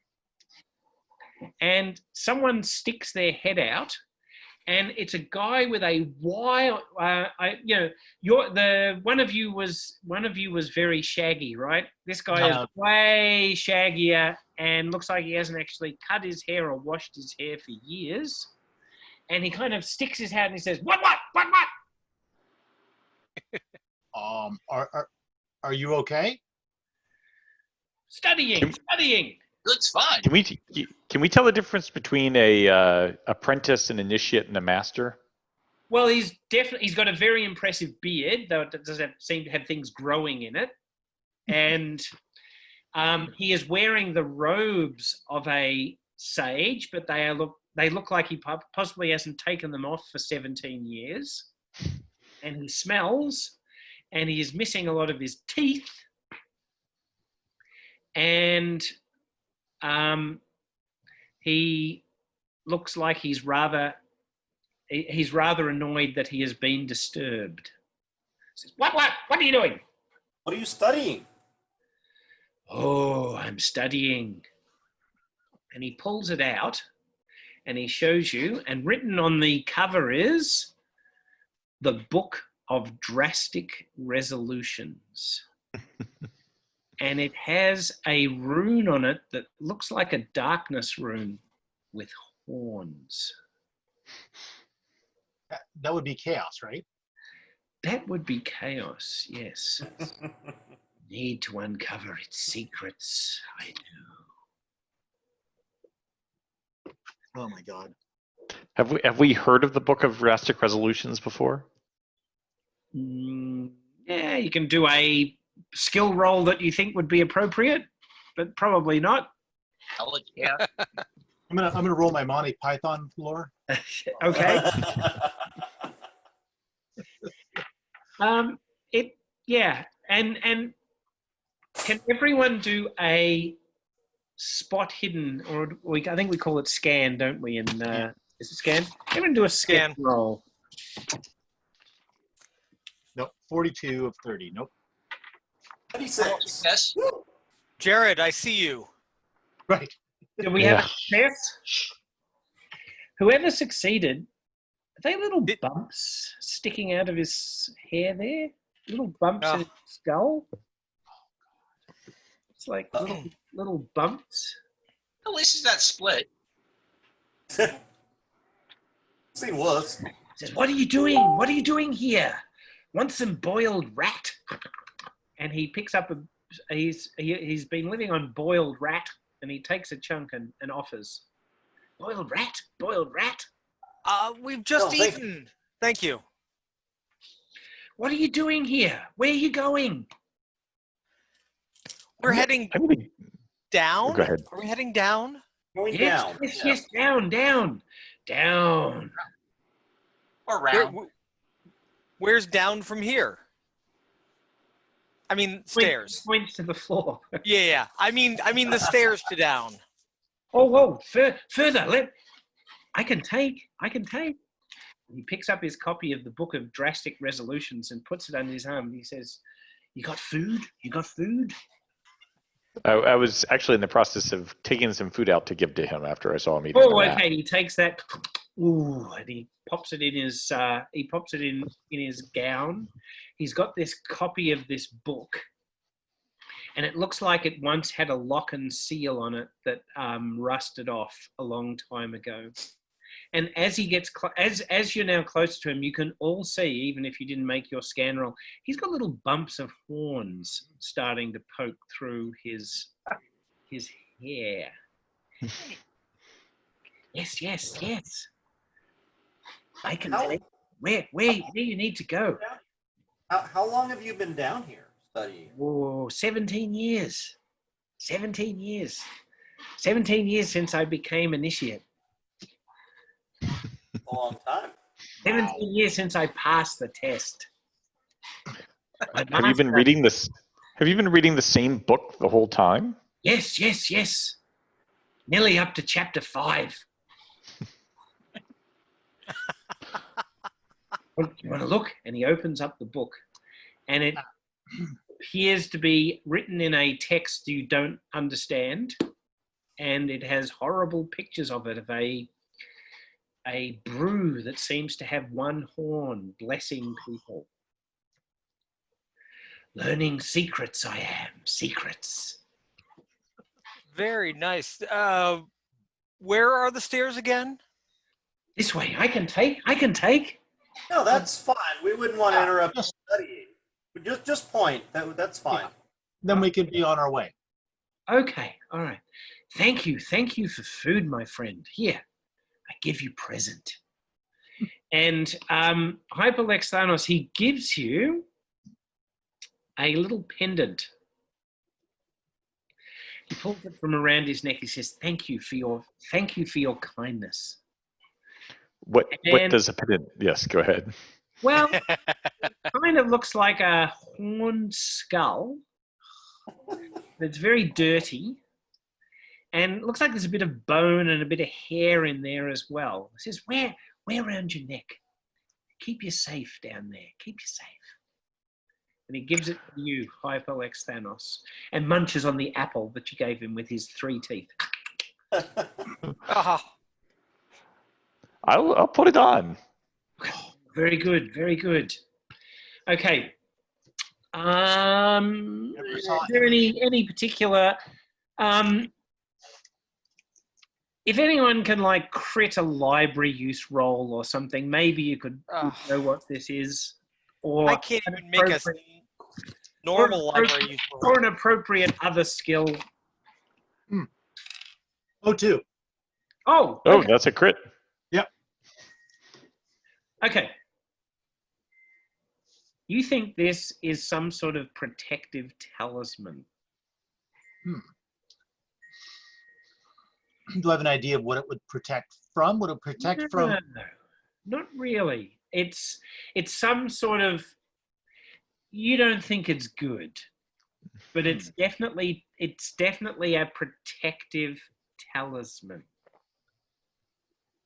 And he's given it to Hyperlex Thanos because you showed him some kindness by giving him an apple. I'm sure I'll sprout some horns in return in a few days or something like that. Yeah, it could be it. Well, who knows? But yes, he was definitely growing. So he was definitely something. So okay, well, you guys have good time. And then he goes back into his hutch and he opens up the book again and he's trying to read it. He's very short-sighted, so he's kind of holding the book very close up to his eyes. Ward against hygiene. Yes. Yeah, there's not much hygiene going on. Very good. As we're walking away, I'll say, hey, Lex, I wouldn't wear that. That's not something that's good. He seemed to be very proud of it. That's fine. I haven't seen any squirrels recently with it on. That is true. You got to say that. Not a single squirrel has come nearby ever since. It could protect you from tools, or it could make you that. So, just a suggestion. Your skull. Take it off, put it in your pocket, turn it into somebody later. Spend years studying it, not on you, but I wouldn't wear it. Yeah. These bodies are ephemeral. We'll see what happens. I thought I was the one studying dragon myths. Yeah. Well, Not a rock. okay. And eventually, yes, you go a bit further down and you come to another set of stairs. And these do disappear into the darkness. And not to metagame too much, but I did do my truth rune. When everybody was listening, I did do the book rune again and succeeded on the truth rune. So was it pointing me still? Was it still pointing me down? Straight down those stairs. Yes. All right. Okay. So, it's looking pretty dark down there though. So, who bought candles and lanterns and things? I'm going to give Sabant a hard look, and then I'm going to go ahead and light up my lantern. Okay. All right. Well, yeah, that might have been a good idea. Now that I think about it, now that we're here. Yeah. No, I agree. Yeah. Okay, so we go down the stairs, and you're starting to get more of a sense of damp down here as well. And eventually you come into another area where there's a whole lot of shelves and books and scrolls and confusing pathways and caverns and whatever, and you keep using the bookworm to follow you. And the chalk. And the what? The chalk. And the chalk. Oh, and you're still marking with the chalk as you're going. Very good. And you come around a corner and you notice something in the dark up ahead. It looks like a piece of paper. Wait. This paper on the ground or lying on the floor? Yes. As opposed to all the other pieces of paper surrounding us? That's all up on the shelves. But okay, so like a piece of paper lying on the floor. Take my candle and walk over to it and peer down at it? You pick it up, and it appears to be partway through a very, very long and tedious genealogy of a minor line of Thanes of Sartar. Exciting. And it's quite dry. Is Wait, it what? Quite dry. So it doesn't match this area's storage material. It is kind of, the whole atmosphere is kind of damp down here, but this sheet is quite dry. Oh, I thought you just meant it was boring. Oh, yeah. and very boring. Yes. That is true. Dry reading. But the paper is dry. Interesting. Yes. Dry and was dropped by something recently. Perhaps. Okay, you want to do a scan roll? Yeah. Look around. Is it stone beneath us? Or what we're walking on stone? It's stone. It's okay. Damp and cold. Are we leaving footprints though from the moisture? Are you getting what? Sorry. Are we leaving footprints due to the moisture though? No, not really. Not that damp. No. Okay. So you said a scan roll? Yeah, scan roll. 73. I actually did that. 15. Anyone 15 or 30. in their scan roll up ahead in the corridor? Does that look like another piece of paper? Oh no. Somebody's using it for marking. We're picking them up. They should brought chalk. Right. So you go up there and you pick up that piece of paper, and it is a continuation of this extremely tedious genealogy, and it's another dry piece of paper. Does it look like these were ripped out of a book, or is it just like a... Yes. It looks like they've been ripped out of a book. Okay. Yes. Who has chalk? Can you go draw a square where that last piece of paper is, and, and an outline of it here as well, in the same angles in case those matter to whoever left it?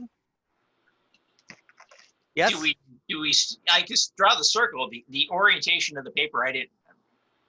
Do we know? Well, this current one we can do though. Yeah. It kind of looks like it's just been put on the ground, not particularly. And I'm not too worried about the orientation, but I'll try. Okay. And if you did another scan roll, is that another sheet of paper a bit further up ahead? Mm-hmm. And you go up there. I'm going to say, if you were going to try to attract squirrels, what would you put down? Nuts. Nuts. If you were going to try to attract scholars, what would you put down? Yes.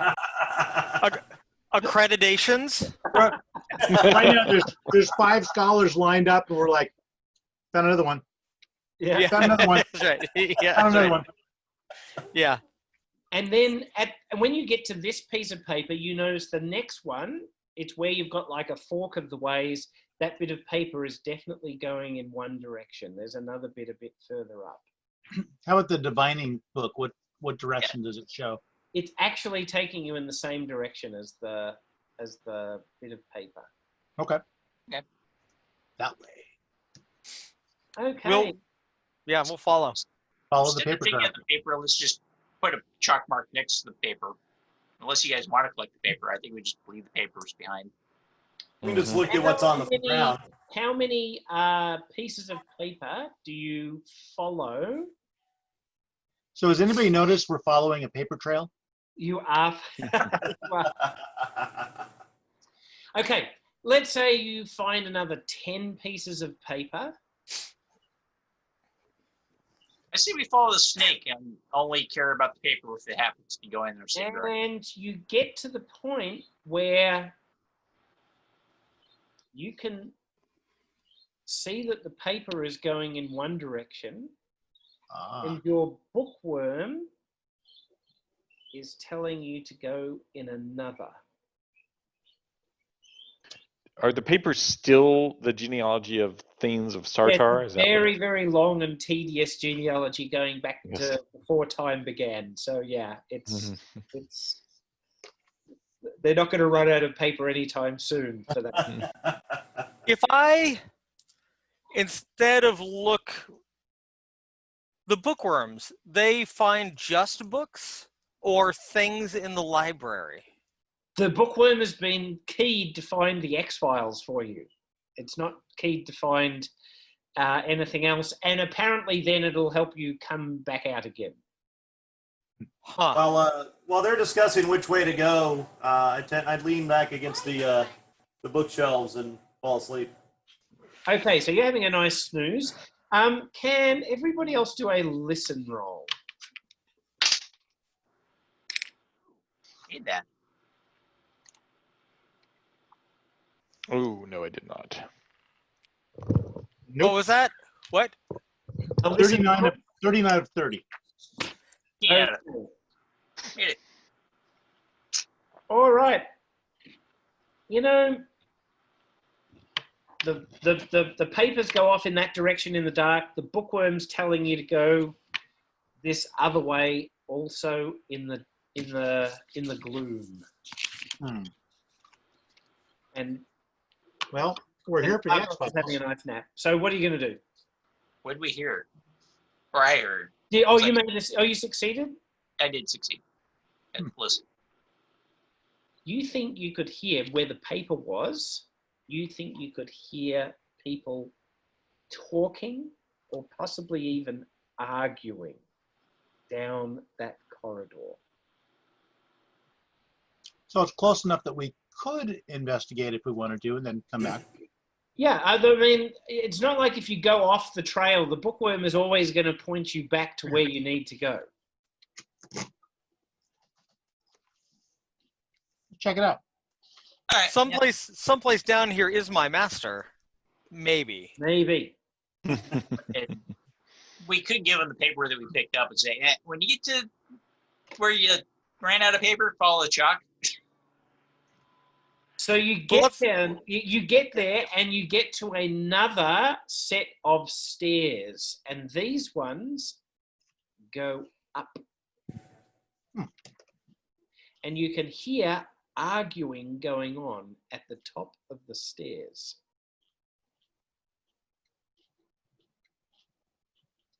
And possibly even fighting.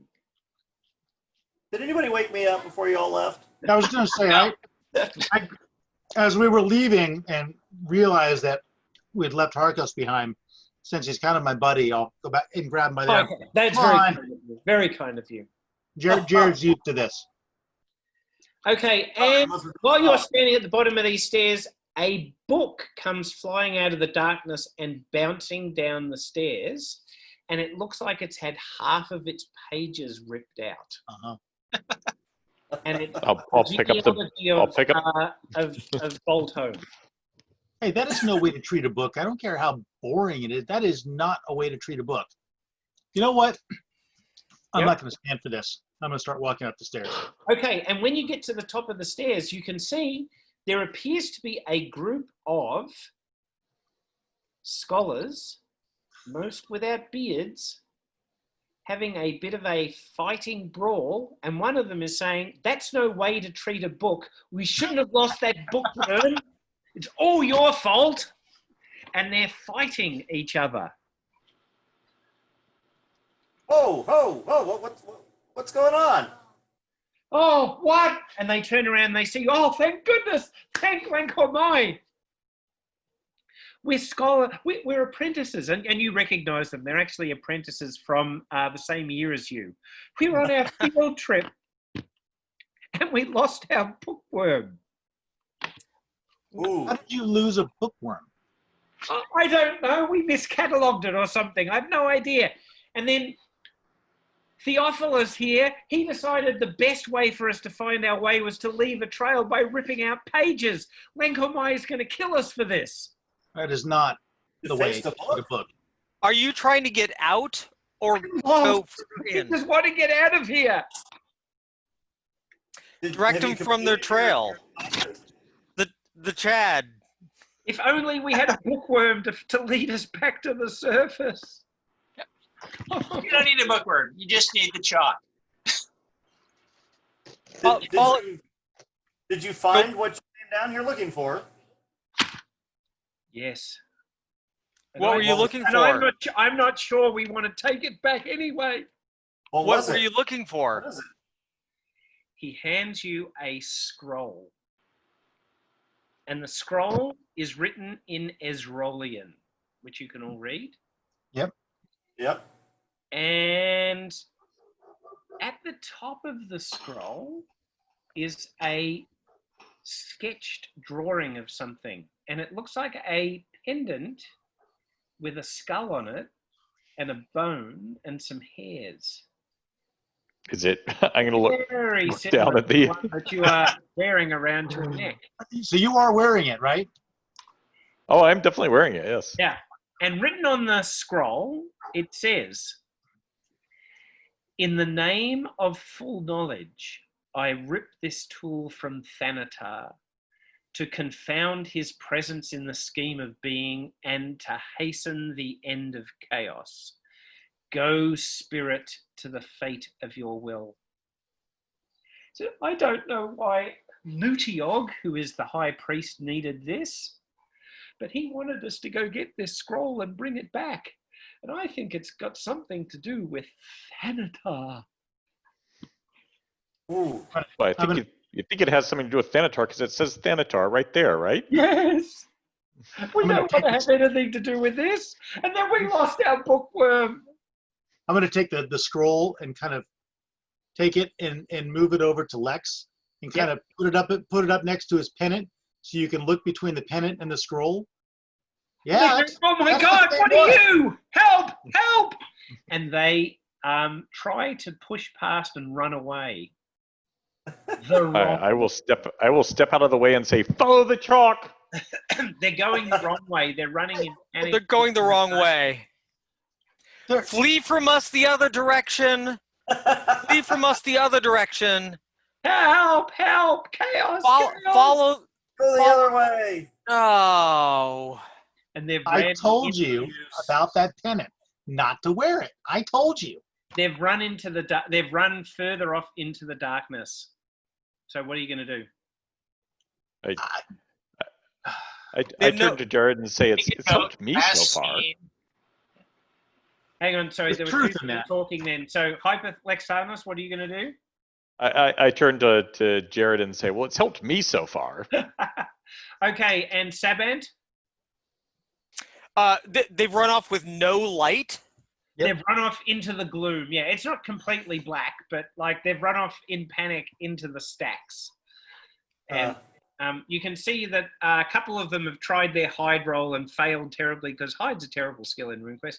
And they might be hiding off there, and some of them have ran away in panic. There was about half a dozen of them, and maybe you can see 2 or 3 of them hiding. I say very loudly, as if to people around me, but definitely down towards them. I hope they don't escape past us and follow the chalk squares on the ground and then go up the stairs, past the guy in the book cottage, and then up again the spiral staircase. That would be bad. Okay. They think we're chaos. They're going to erase the chalk as they go. Shut up. We have 5 or 6 bookworms. You do, yes. That is true. That is true. It's true. All right. Oh, wait.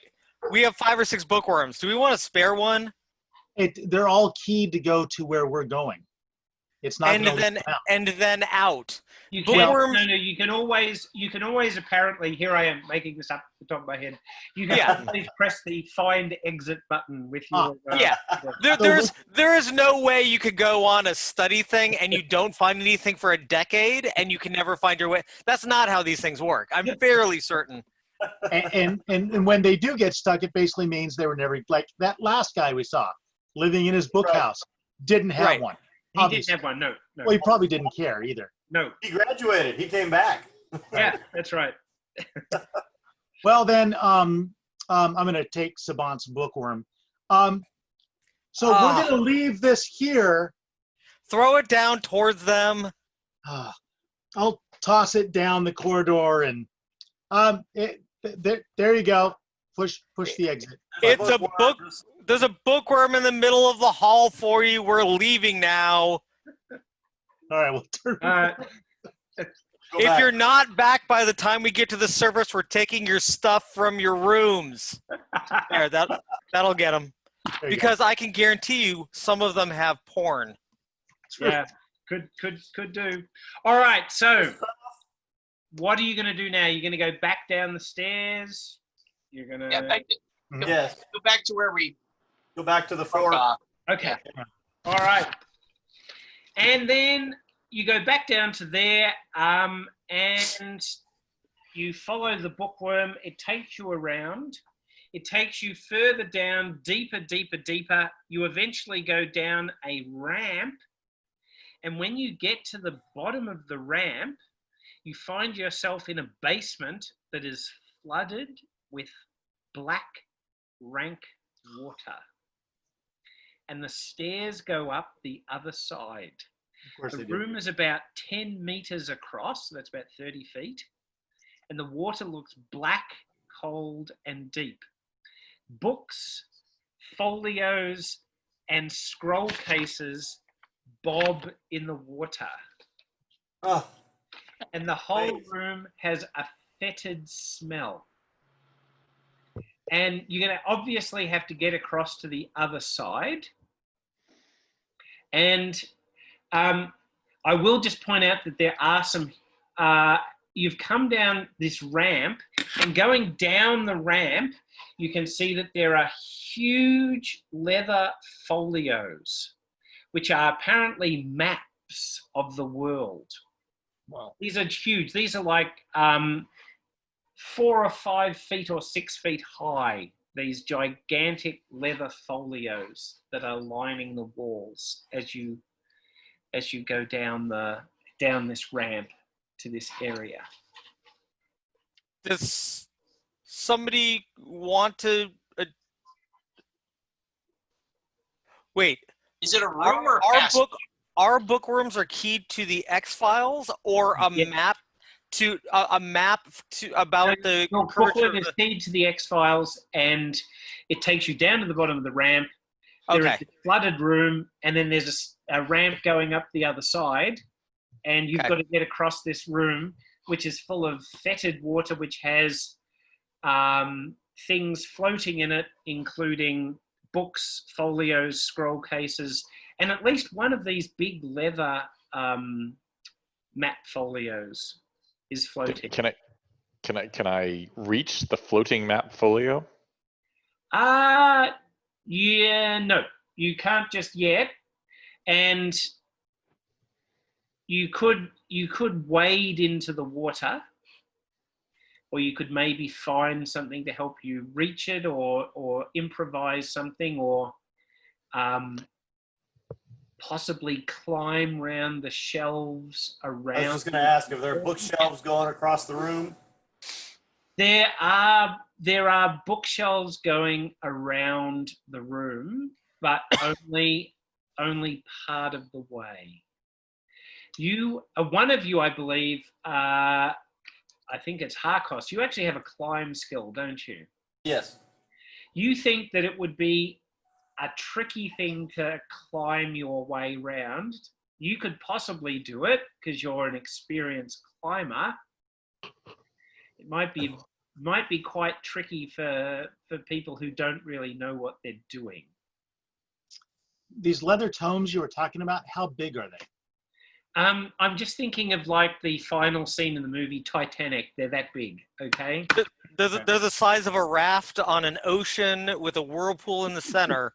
Right. Yeah, exactly. Yeah, something like that. A life-size map. Yeah, these are huge. Does it look like a good portion of this one that's in the water is floating above the water? Like it might be quite... No, it's very, very heavily waterlogged and looks like it would sink if you stood on it. Okay. Well, if I had a long stick like a bookworm left, I'd use it to poke and see how deep things were, but I don't. So, Jared, do you want to poke and see how deep this water is, please? All right, because yes. Sure, I'll kind of poke with the bookworm, try to figure out how deep this is. Okay, so you put your hand down into the water, and the water is cold and fetid, and it doesn't reach a bottom.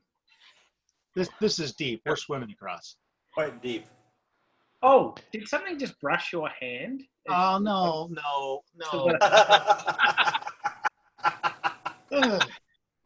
Are there? I definitely think something did.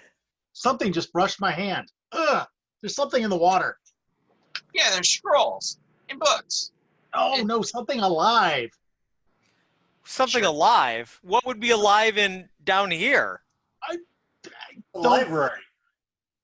Something. Oh, by the way, you look up at the wall that doesn't have any shelves on it, and there is like unlike any other tunnel that you've seen, there's a perfectly smooth circular tunnel that comes to this wall on an angle. See, it came from there. And how big is this hole? About 1 meter across, so about 3 feet. Sorry, there's a tube coming out of the wall into the room. Is that what you're saying? Yes. A hole. Is there a water line that's higher than the stairs we're on at the end of the stairs going down? Is there a water line back and above, like a tide or inflows and outflows of water? Good question. No. It looks like the water level's been like this for a long time. Are there bookshelves, like freestanding bookshelves, that could be turned into, say, a raft? No, but these leather folios of these priceless maps would probably work. Oh, that's what I was getting to. But I thought. Okay, Yeah. I just want to say this, Michael. You are evil. That's a horrifying only solution to have at this moment for potential initiates. Damn it! I completely agree, and I'm taking one down off the bookshelf. Oh, Okay, yeah. So you pull down one of these huge folios. Let me help you with that. Priceless vellum maps showing what the world looked like in the god time or something. Absolutely priceless, but also very buoyant. What happens beyond the Chaos Man stays down here beyond the Chaos Man. Okay? It was artistic. And the Hargos now will put it in the water and see how well it floats. Okay, you put it in the water and it floats. It floats way better than the other one that was there that's been very waterlogged because it's been there for a long time. You take it out on the other side, it'll dry out. So you think what you could do is one person, perhaps, at a time, could lay on it and paddle across. I'm going to back up a little bit, and I'm going to take a little bit of a running jump to give myself some forward momentum and jump and like slide, grab the thing and try to slide across. What could possibly go wrong?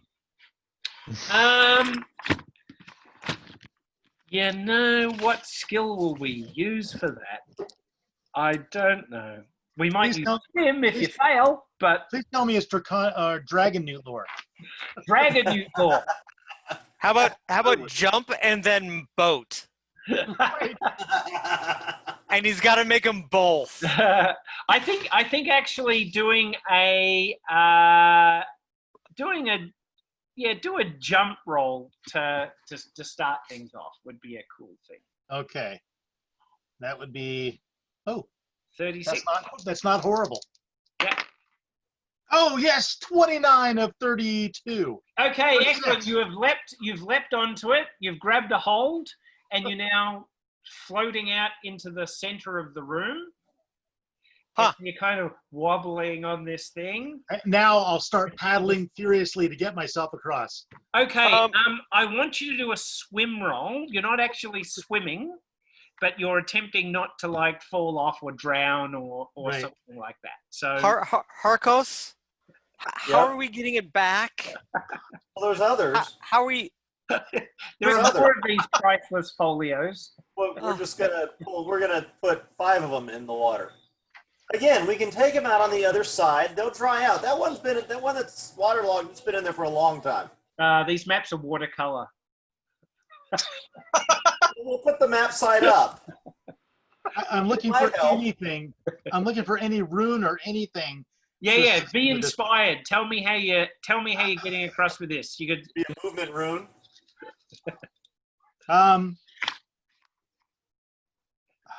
The only thing I can think of is my darkness rune, because we're in the dark. What about movement? Yeah, movement.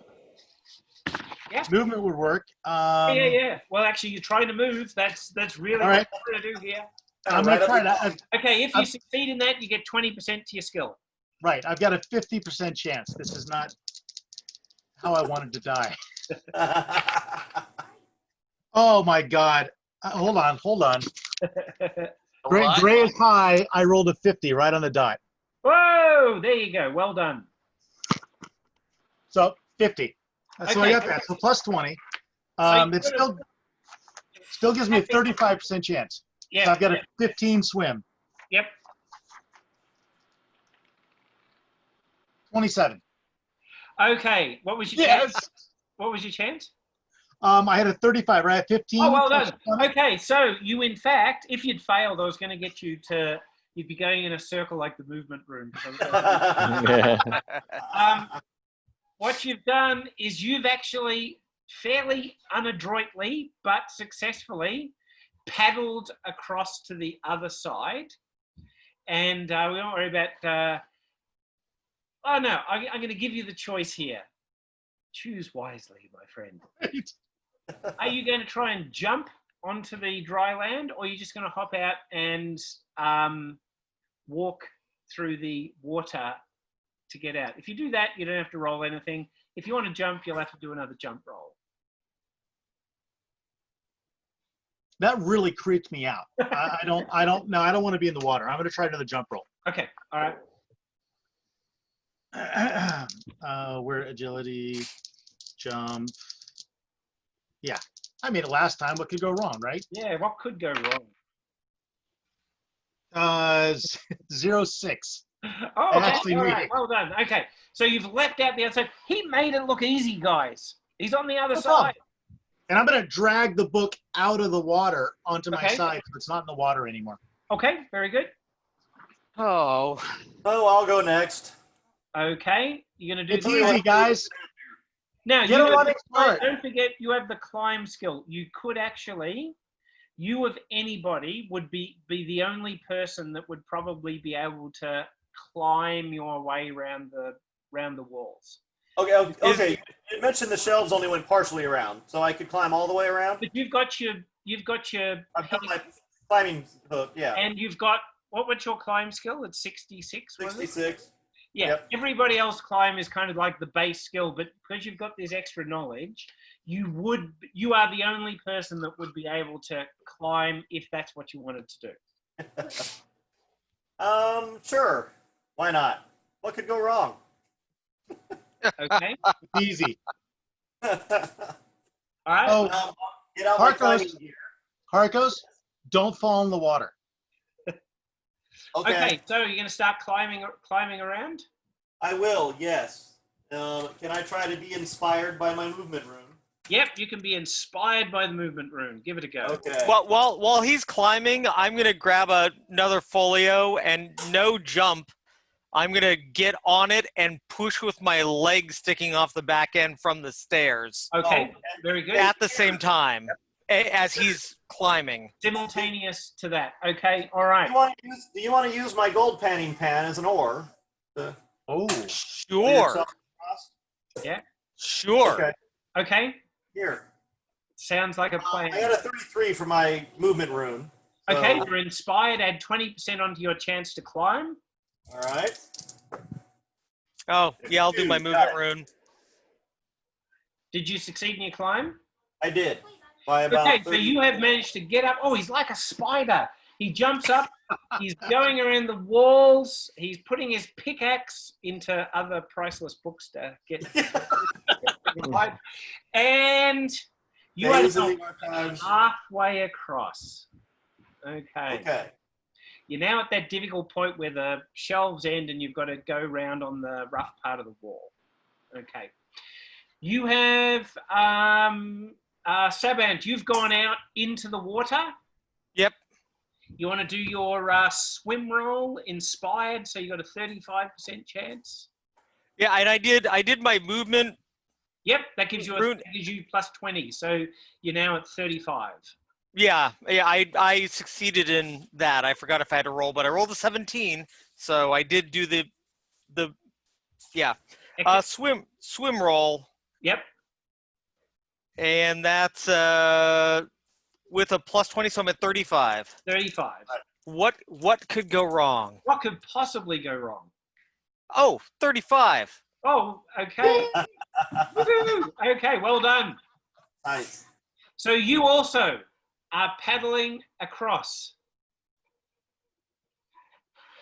And Sabant, you look down and you can see that there is a shape moving in the water.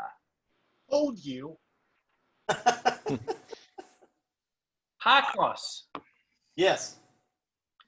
you are now at the other side and you have to decide, are you going to jump out or are you going to walk out? So I can't climb all the way. I have to try to jump. You eventually get to the end and you've either got to hop out and wade in the water or you can try and jump off the floating book onto the other side. How far would I have to wade in the water? Oh, only a meter or two. I'll try to jump. Okay, go for it. I need some dice at this point, by the way. Yeah, no. 87 didn't make my jump. Uh-oh. Okay, so you jump. Never And the you water's actually, following Saban, so. you actually land in the water, okay? And you cause a big splash. I'm going to scramble out of the water really fast. Okay, as you're scrambling out of the water, the rest of you who have not yet gone across, standing on the other side, you can see what appears to be a ridged shape come up and break the surface of the water and then go back down again. As you Harkos, have now scrabbled out the other side, and you're standing on the other side. Okay. Get the water off. Did Jared see it as well from his side? Yes, you've all seen it. You've all seen this shape. Harkos just right there after. Did you see it? No, I was trying to get out of the water. What? See what? Don't go in the water. I didn't try to. Good. I fell. Good. Is Sabant all the way out, or is he still in the middle? And Sabant, you Yes. are now on your floating book. Whatever it is, I distracted it. And you feel something has bumped underneath the book God. No. that you're floating on. Something has bumped it. Hyper, make noise behind me. Make noise behind me. A yodel. Okay. So we still have Hyperlex Thanos and Thechad, right? Who are standing on the other side. Yes. What are you two doing? You've seen this thing break the surface of the water, and then as Harkos kind of climbed around and jumped down and splashed just at the end, and then scrambled up, this shape went down and it's bumped underneath where Sabant is floating. And Sabant is very, very, you're quite close to the end, Sabant. You could possibly even jump out and wade, if you're not sure how deep it is, or at least swim just that last, 10 feet. Just to clarify, we did talk at the beginning about having 6 clones, right? Yeah. I am not happy with the thought of jumping. Can I've got the panning device, the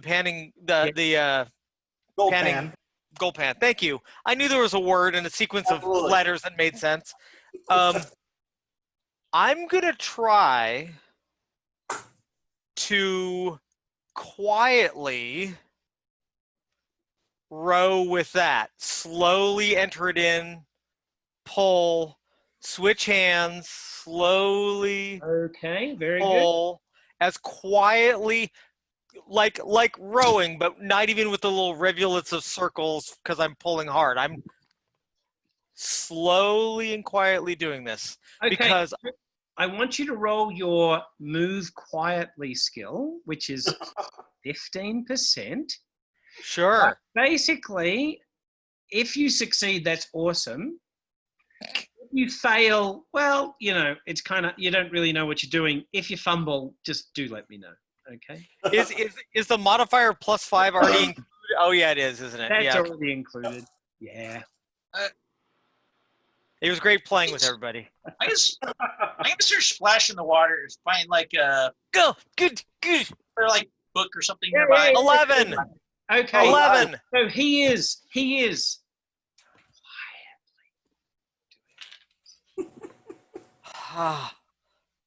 It's getting there over. Now, the guys who are standing at the other end, there are, just to remind you, there are scrolls and smaller books and things that you could possibly throw in the water and make a splash or anything else, or a distraction, just to let you know. All right, so you're doing this. And you do actually finally bump at the end. You've hit shallow. Your friends on the other side, yes. If you use your Thank you. Yeah. Okay, I want one of you to do a roll, and unless you fumble, you get him out. Who's going to do the roll? 27. Okay, so you managed to... There are now 3 of you on one side. I pull out my book. Yep. But I think, Harkos, we should hurl... I can't believe I'm saying this. We should hurl this back in once somebody else enters the water as a distraction for what's in that water. Can we use instead? Hey Lex, you still have that really boring book, right? Oh yes, I do. Yep. Let's use that. Throw that across the other way towards us as a distraction. I will try a throw roll to see how far I actually get it. I think that's a skill, isn't it? Yeah. All right. And we're all clearly athletic types, so this is going to go a long way. Right. Yeah. 41 versus whatever. Yeah, whatever. That's good. That succeeded. Yeah. All righty. What exactly did you do? I was throwing the ripped up genealogy book back at them. Okay. All right. Yeah. Okay. So that's been thrown over. Yeah. Okay. What now? I still feel like there should be something I could do with the shelving itself, because stuff is sitting on shelving, right? Build a small boat. Well, I'm wondering, like, can I just grab a couple of shelves and have that be like a little, raft to go across? Maybe. Kind of what I wanted to do. Use a shelf as a paddle. You could use a shelf. You could certainly use a shelf as a paddle. Yep. They're not big enough to be paddle boards, though, and I'm nowhere near athletic enough to do that. Yep. Let's see here. I'm going to take the gold pan, and I'm going to take it and start banging it on the side of the stairs. Okay. Not right at the water, but closer. Like, I'm making noise. Okay. Bang, doong, doong, doong, doong. I'm keeping eyes out for things that are with my. Okay. My climbing pick. You're doing. And now, sorry, what are you doing with the climbing pick? Just banging it sideways against the Okay, stone. so you guys are banging. While they're doing that, what are Thechad and Hyperlex Thanos doing on the other end? I'm trying to use the shelves as a little raft to get across. Okay, you're building a raft out of the shelves. What are you doing, Thechad? Yeah, I'm kind of doing the same thing. I want to look for some shelves that have like a one big board and then some other boards, and then glue them with that toy that I found. Okay. Yes. Your use of magic, and you've been able to do that. Yes, well done. I'm going to look over at what he's doing. He seems to have pulled out a spell matrix that he's got, and he's cast a glue spell, and he's putting things together with it. Nice. I'm going to hold up my child's toy and say, mine doesn't do that. Yep. You could pat him on the back. Yes, I will. All right. Anyway, and so, if necessary, I will wrap my raft in my bedroll as a way to hold it together. Oh, yes, you could do that. Yes. All right. Yeah. And are you guys going into the water? I think we have to. Or the raft is going into the water. I'm going to be trying to avoid the water. Okay, yeah, yours, you will be able to kind of avoid the water, and the glue spell is, we'll assume it's kind of waterproof. Hyperlex Thanos, yours, you're gonna be in the water with yours, okay? Because yours is more like a flotation device rather than a.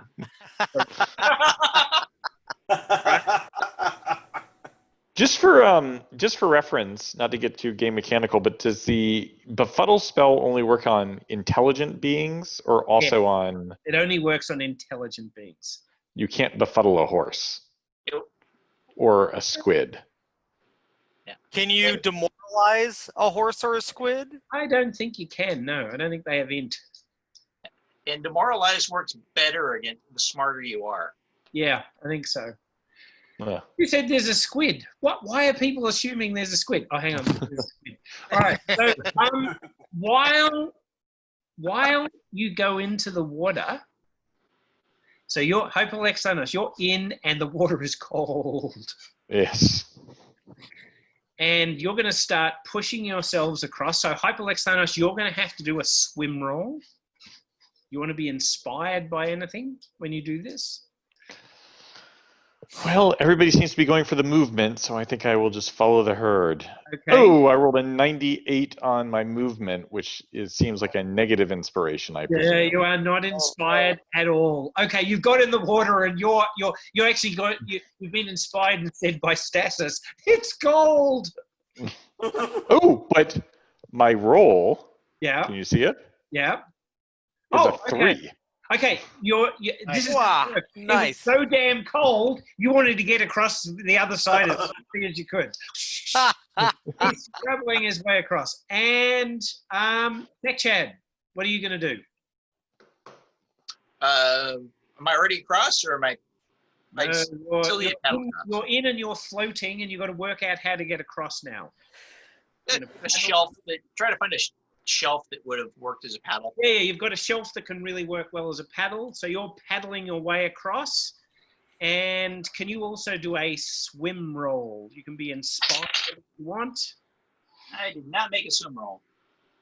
Not bad. And it's like, just didn't make it. Okay, all right. So you're just pushing your way across. While all this is happening simultaneously, you have been banging like crazy when all of a sudden you hear this spitting sound. And something shoots out of the water.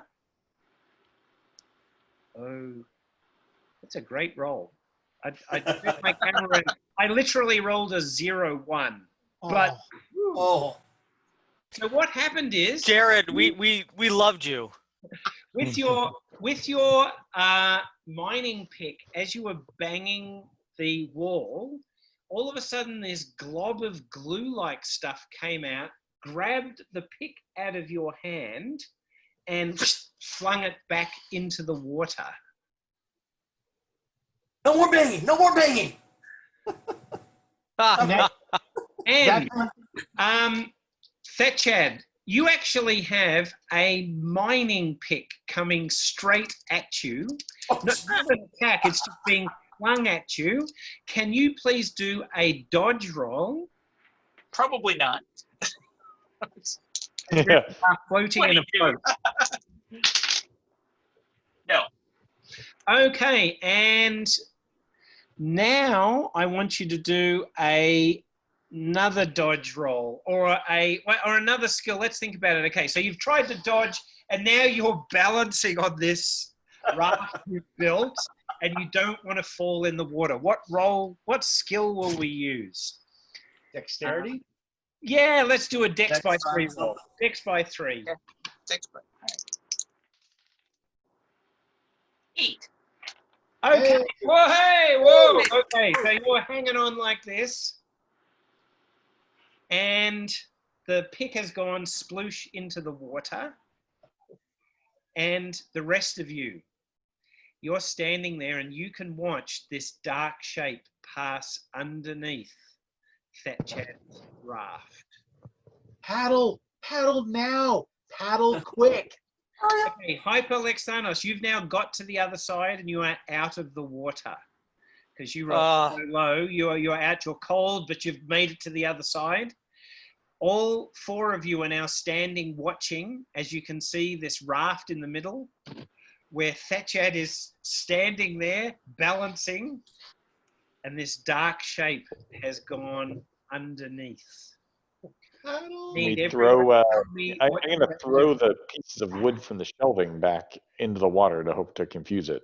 Okay, you can do that. So you're going to throw the piece of wood in the water. Who else? Tell me what you're going to do. Do we have access to any other books or scrolls or anything nearby? Yep, sure. Yeah, I start throwing things in the water. Okay. Can you find a long scroll and unroll it and maybe it'll reach me?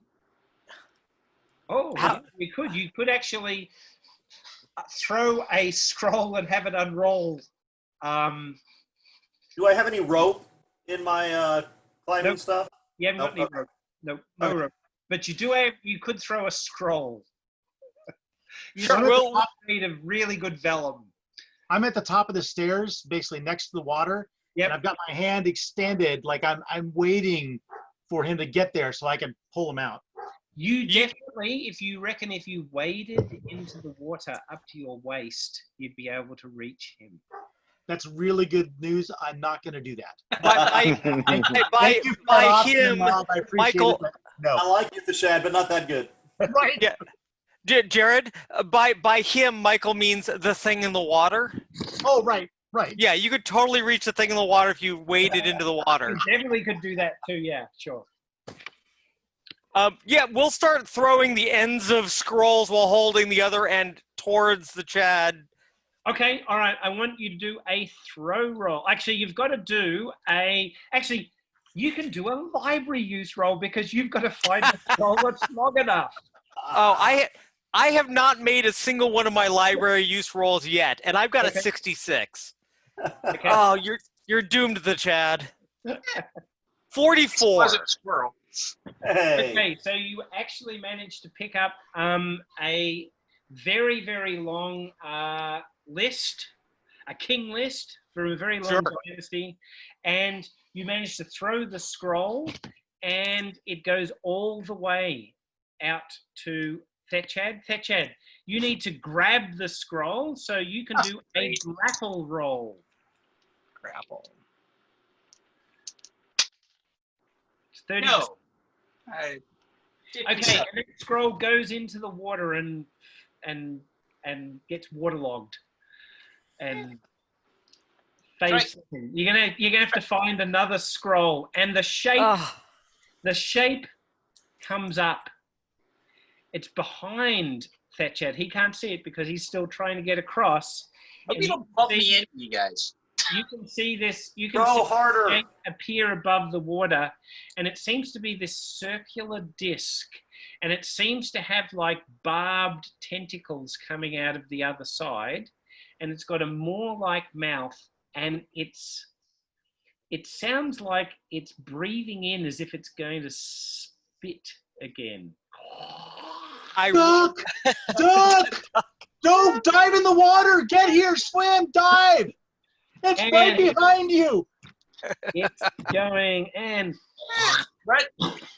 it spits out.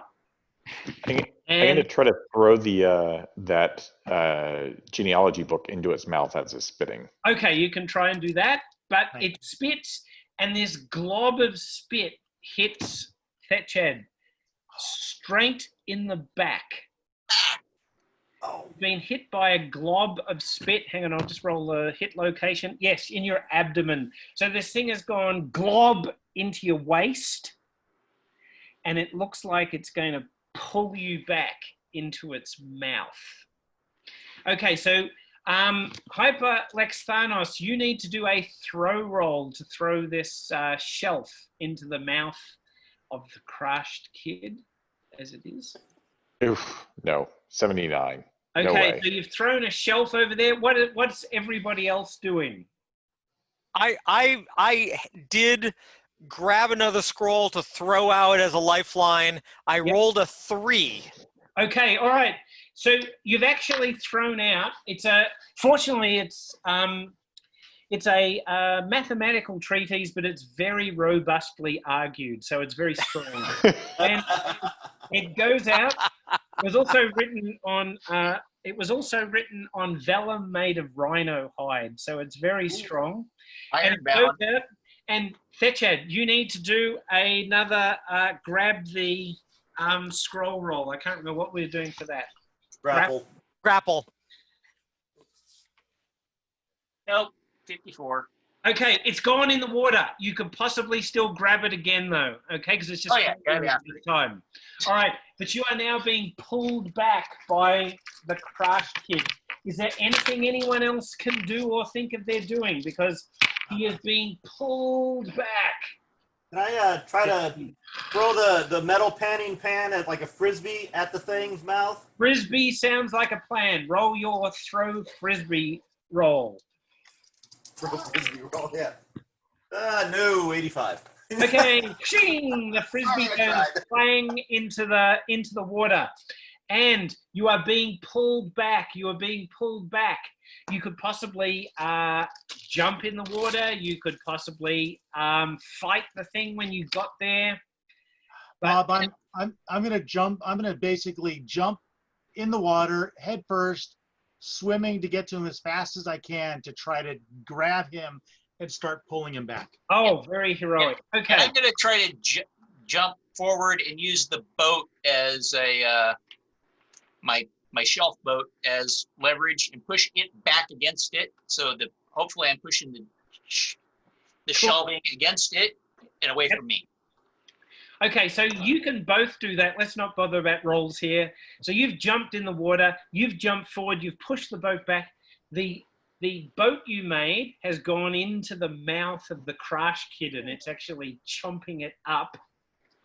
And you've got to now, Gerard, you've got to now pull him back. So I want you to do a grapple roll. Yeah, we're so good at those. Oh yeah, that should be fine. 30. I'm trying to create a poem to sing at their eulogy. Oh. What rhymes with eaten or doomed? Which I rolled a 69. I missed. Consumed. Oh, there you go. That's beautiful. There we go. Yeah. How'd you go with your grapple roll?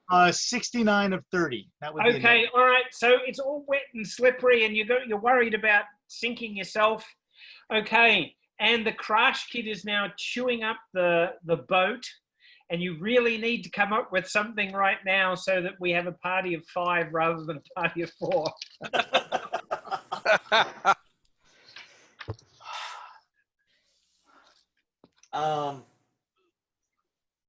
So, I'll try casting a befuddle spell on it. Okay. All right, try a befuddle spell. All right. So I need to roll under my skill, under POW times 5, right? POW times 5. Yep, you got 75. Yes. And you can even be inspired by this because you want to save your friend if you want. Okay, well, I succeeded on the casting the spell, but I think what I really need it for is the spirit or for the POW versus POW roll. Its power. Now I'm going to tell you something very, very useful right now. Crash kids are intelligent. Oh, good. So that means that if you overcome its power, you will befuddle it. Alrighty. Can I be inspired on the POW versus POW roll? I don't believe you can, but just roll anyway, and alrighty. I will tell you what the power of the crash kid is.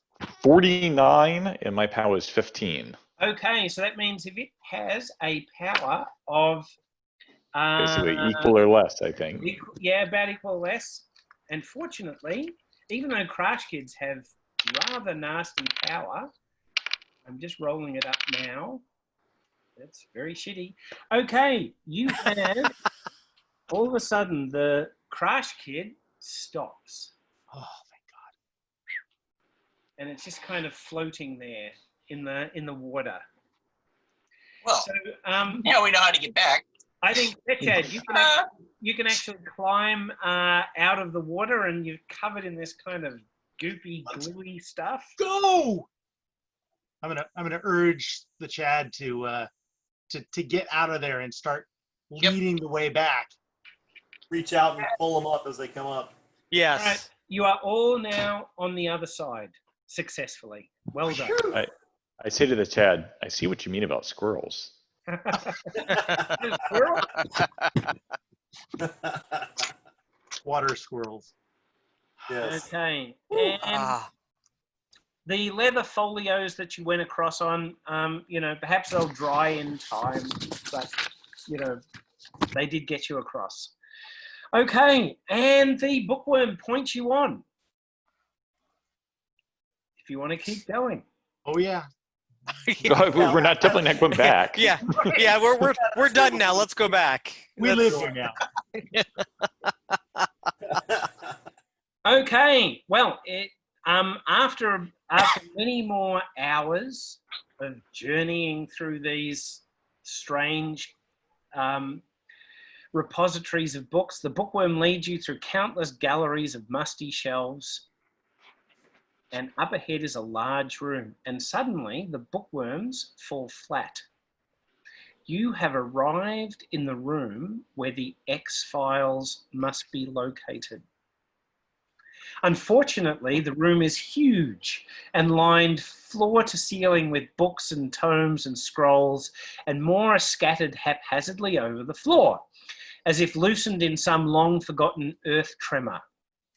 At the far end of the room, a great chasm is open in the floor. And on the other side of the chasm, you can see a man sitting by a faintly flickering fire, surrounded by stacks of books. And he's murmuring to himself as he's reading, and he's running his finger along the books as he's reading. And he looks like he's in the clothes of a sage and has a beard and appears to be reading. And this is when you come to the doorway. And he would be about 10 meters away on the other side of this chasm that is opened in the floor in this room. Sorry, go ahead. I put my glasses on and peer out through the left lens to see closer. Oh, very good. Okay, so other than the fact that he has bare feet and his toenails are painted purple, he does look like a normal sage, and he appears to be reading. Can you do a scan roll for me, please?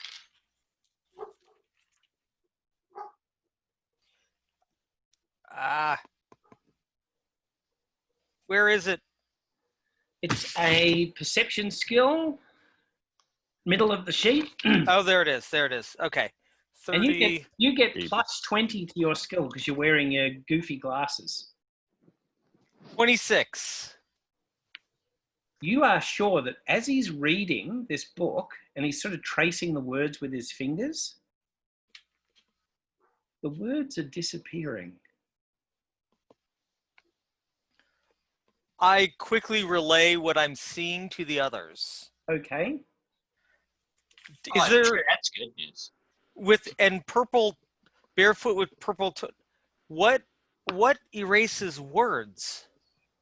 Nothing you've ever heard of, but he seems to be reading the book and he's sort of speaking the words and running his fingers along the text. But as he does that, because you've got your goofy glasses, you can see that the words are disappearing. My little locket that I got from the crazy guy is not doing anything weird, is it? Nope, nothing at all. Oh, except I need to send you a private message, which I'm going to do now, okay? No. Okay, so listen carefully when I describe the room to your colleagues, okay? Hang on, I'll just write the message.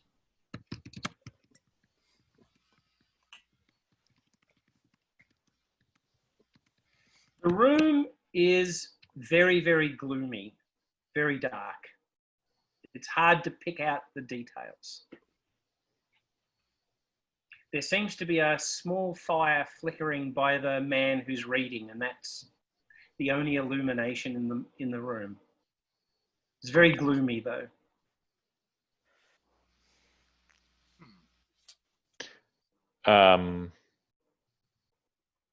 Well, I will kind of whisper to the other folks. That fire is very bright. Yeah, other folks? No, it's not. It kind of looks like, if you knew what a gas fire was like, it's kind of like the blue flame of a gas fire. Huh. What do you mean? Doesn't look bright to me. Well, I mean... You can see all the detail of the room, the tracery, the carvings, everything. It's magnificent. And there's a big chasm in the floor between us and him, is what I Yeah, heard you say. you guys can see the chasm, but yes, you can see the chasm. It's a big chasm that's like a big earthquake has ripped open the room. Is it too big for us to sort of hop over, or is it? It's about a meter across. You could easily we can jump get over across. Well, I'm gonna take off this necklace and see what I see at that point.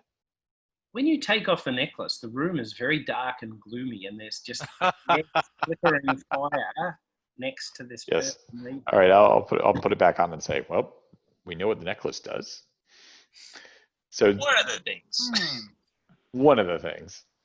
Do we still have the scroll that described the necklace? You have the poem as well.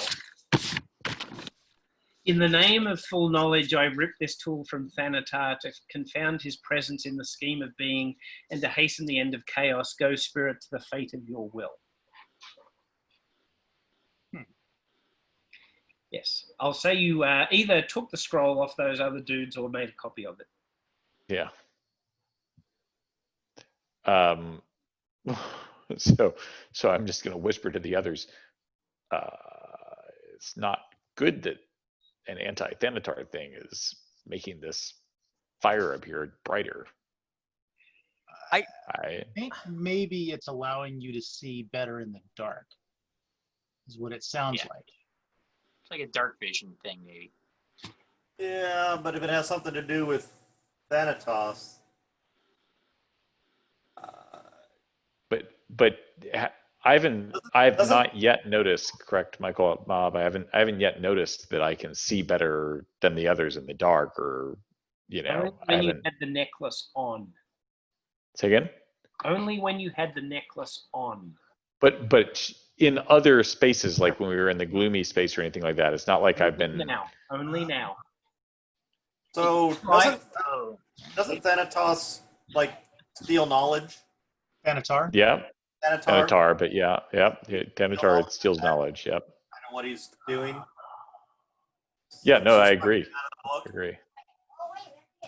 Lovely. See, I thought the guy was already dead. I thought he was just decomposing. No, he's reading a book. Yeah, he's reading a book. And Harkos, it's definitely not Salakandile, your master. It's totally different build, not him. Oh no, that's my master. Sorry, Sabin. It's not your master. Sorry. Right. That's what prompted me to put him on first to see if it was. Yep. But it's definitely not. No, someone else. We need to stop him. Yes. Yep. Feel free to show us how. Hey, what are you reading? So you yelled that out? Sure. Okay, the guy looks up and he says, "Oh, fellow scholars, come in. I'll kind of walk over to the chasm. Okay, you can walk over to the chasm. He's on the other side, so he's got a stack of books around him. And he says, "Oh, hello. Welcome to my reading room. I've been down here I've come here for many years." He doesn't look like a sage that any of you have ever seen in the temple, but he says, what are you doing here? Well, we're looking for the X-Files. Oh, that must be what. Did Ananias send you? Yes, he did. Yes. Yeah. Well, the X-Files are here, of course. This is the room they're stored in. He could have just asked me. I'm gonna pick up some of the books around them and just kind of leaf through them idly. Okay, so if you look at the books, there appear to be interesting. There is the Golden Books of Elephantis pop-up edition, which is the most copious collection of Yelmic pornography ever assembled. There is a whole shelf of what is called the God Learner Archive. There are dark tomes from the time of Arcat. There's it's called Getting Ahead, the autobiography of Triac Markor, who you know was the founder of the Thanatar cult. a book of Rokari incantations, and there does appear to be a scroll featuring the Vidali's secret of immortality, including recipes. Oh, this is the first thing I was trying to understand is the books that are sitting near him. Yes. And if I pick some up and just leaf through them, you can't. Do they still have to cross the chasm to do that. You're going to cross the chasm. Sure. Okay, so I will jump across the chasm. You can jump across the chasm, and I've told you what the books are, and you can see he puts down the book that he was looking at, which was the Book of Rokari Incantations. But it's really weird because like most of the pages on one half of the book are completely blank. And he says, "Oh, you need the X-Files," and he claps his hands, and sort of just coming out of the darkness is a young woman, Sage. She's wearing the false beard that's been pasted on. And he says, "Vixen, come here." And she looks young and pretty. She looks rather grubby though. And she's kind of got bruises and scratches. And her hair is tied back in a braid. And Saban, you're pretty sure that was the young sage that Salakin Dial went off with a week ago. And she sort of comes up and she looks at you with disinterest. You were with my master a week ago. Where is he? Oh, him? Yeah. Very nice guy. Yeah, very nice. Yeah. Oh. Where is he? Oh, he's around.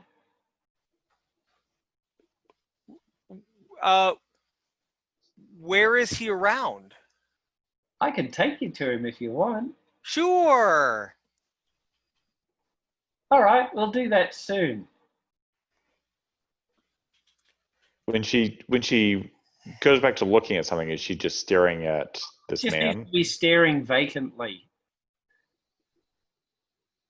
Like someone who's had parts of them read and erased from their head, huh?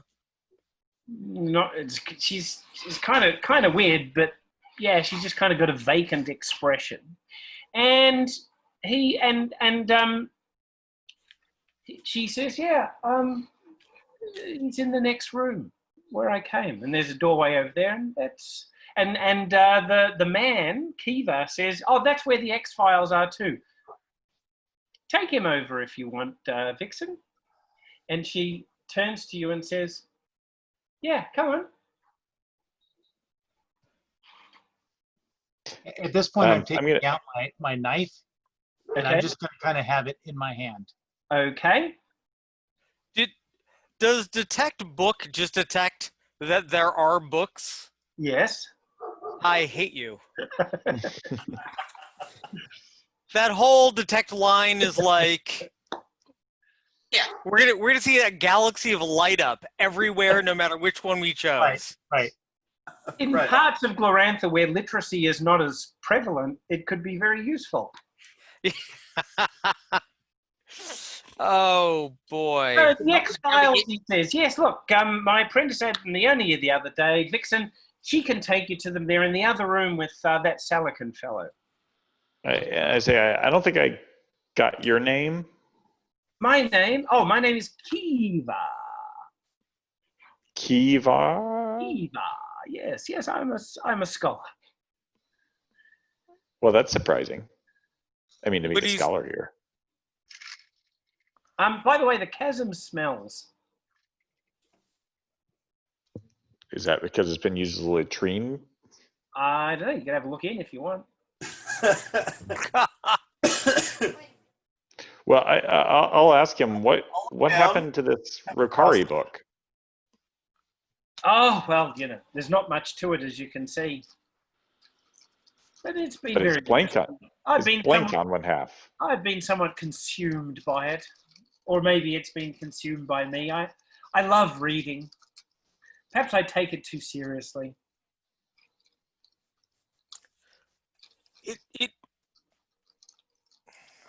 And so the woman has now come over to you, Sabant, and taken you by the hand. She's got very cold hands. She says, "Come on, let's go find your master." I'm gonna go with. What Kiva? What was Selican Dial studying down here? Oh, he loves maps, loves them, and he tells you in great detail about the maps, lots and lots of detail. He tells you, in fact, what he was working on right up to the moment you last spoke to him. Yes, he just inked in that map of Prax. You know, he'd put in the block and he'd shaded in, you know, with that it was that pencil on the third shelf. So that's after he had a bologna sandwich with lettuce and tomato and, you know. what's the fire right next to him? There's a fire. That fire just to keep me warm. You know, it's very cold down here, but it's just like a little brazier, or what is it? To you, are you wearing the thing or not? I'm wearing the thing. Yeah. It's a huge roaring fire. The whole room is lit up beautifully. It's warm. Yeah. It's comfortable. I'm going to grab him and try to throw him into the fire. You're going to go over to grab Kiva. Well, right? I've been standing next to him looking at the book. Okay, all right. So you are going to grapple Kiva. Okay, I'm going to go around and ask each person what they're doing. You're about to grapple Kiva. Jared, Toad, what are you going to do? Well, I was with Sabant and Vixen. Yep. We were following Vixen into the other room. Yeah. So okay. This is probably happening behind me. I probably don't see it. All right. Thechad, what are you doing? I'm going to try doing a befuddle on the girl, the woman. Okay. All right. Going to cast befuddle. And Harkos, what are you going to do? I had looked down into the chasm to see what the smell was. I'll tell you what was there. And Sabant, what are you going to do? Okay.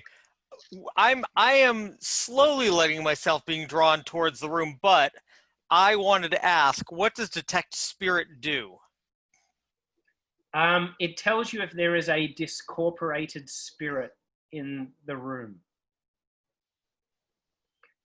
Yeah, I'll use that. Okay. You cast I'll go through and tell everyone what they're doing. I'll go back in reverse order according to my list. You cast detect spirit. There are 6 discorporated spirits in the chasm. And when you look at Vixen, there's just like an empty hole. Yeah. I've read the fairy tales. I know what partly is happening. Okay, Harkos, what were you doing again? I was looking down in the chasm to see You're looking in the chasm. In the chasm at the bottom, it's about 2 meters deep. In the bottom is some muddy water, and there appear to be a whole lot of round shapes that could be helmets, could be skulls, floating, or not floating, but sitting in the water at the bottom of the chasm, or heads. Thechad, what were you doing? I was going to do a befuddle on the soulless. You were going to do the befuddle, so you're going to cast that. So you want to roll that? 31. Okay, you succeed in casting the spell. Now try and overcome its power.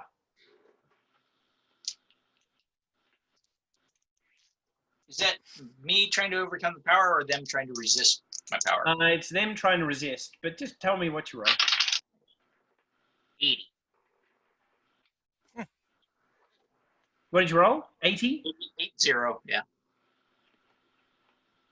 You know, you didn't overcome its power, but did it actually have any power? Like, that was weird. That's not normally how befuddle works. Weird. And Jared, what were you doing? So I had my back turned to the whole thing. I was basically staying with Sabant. Yep. And Sabant just stopped. So I'm probably asking at this point, what's going on? Okay. All right. So you can take one more step towards the door. In the other room, you can see someone lying on the ground in the next room. with their Hey, feet towards you. Yeah. hey, there's somebody's body. Is that your master? How long does Detect Spirit run? It kind of just goes blam. And there was no spirit in the other room. Okay. Jared, he's already gone. And I mentioned there are 6 spirits in this room. They're in the Down in, yeah. I said, yeah. Spirits down in that chasm. Down in the chasm. 6 discorporated spirits. You can't tell if there are spirits in somebody. Right. So you have a spirit. All the other player characters have a spirit. Kiva has a spirit. Yep. Maybe Vixen does. But yeah. You don't see those. Detect Spirit detects discorporated spirits that are, Yeah. So, Jared, we're not going into this room. We need to deal with him. All right, and we go back to Hyperlex Thanos. So you go and you grapple Kiva. Roll your grapple skill. All right, which is bad, but it was the best idea I had. My grapple skill. What is that? Should be 30, I think, if it's like the rest of us. It's 35, I think. Okay, I'm just not finding it on the sheet, but that's fine. It's 30, yeah. It's on the bottom right of the skills. No good. Oh, I see it. Yep, 53. No good. So you reach over and you grab him, and he calls out something in a language you don't understand. Spirit screen. And then all of a sudden, out of the pit come these ghostly shapes. Spirit screen. Those are the spirits I saw, Jared. Those. Spirit screen. Please. Hey, and as Jared, you're casting spirit screen, Vixen behind you reaches behind her hair, pulls off the leather thong around her ponytail, and flips it around your neck as you're standing in the doorway, and starts dodge. Attacking you. So you can, Jared, you can do one of 2 things. You can either cast Spirit Screen, or you can attempt to grapple and stop this garrote attack. That'd be a grapple. Yeah. Okay, all right. If you do the grapple, that kind of means you get your fingers up inside the thongs. Okay. Okay. No problem. And the rest of us just have to run faster than our friends. Right. Yeah. Right. Okay. 84. Okay, no. All right. So you're being garroted. And I'm just going to let you say this so it's clear. You stagger into the other room with her behind you, garroting you. As you stagger into the other room, you see the body of Salokin Dial lying on the ground, missing his head. Of course, he's missing his head. As you grapple Hyperlex Thanos with Kiva, his robe falls open, and you can see that he's wearing a belt, and on his belt, there is a head held in a leather thong, a bearded head of a scholar that loves cartography. Yep. And its mouth is moving, and its eyes are looking around in horror and fear. We shouldn't have gotten those cartography books wet. Right. Oh! And these spirits, these mad head spirits, have risen up. Yes. I'm casting Spirit Screen. Okay, you can cast Spirit Screen. Blam. Oh, sure. You don't have somebody trying to garrote you at the same time. That's right. 46. I made it. Okay, so you have now got Spirit Screen on. And all right. And Kiva is rather disturbed by the fact that he's been wrestled by somebody. he might start. What's he going to do? Let's have a look here. Okay, so you are going to be attacked by these mad head spirits.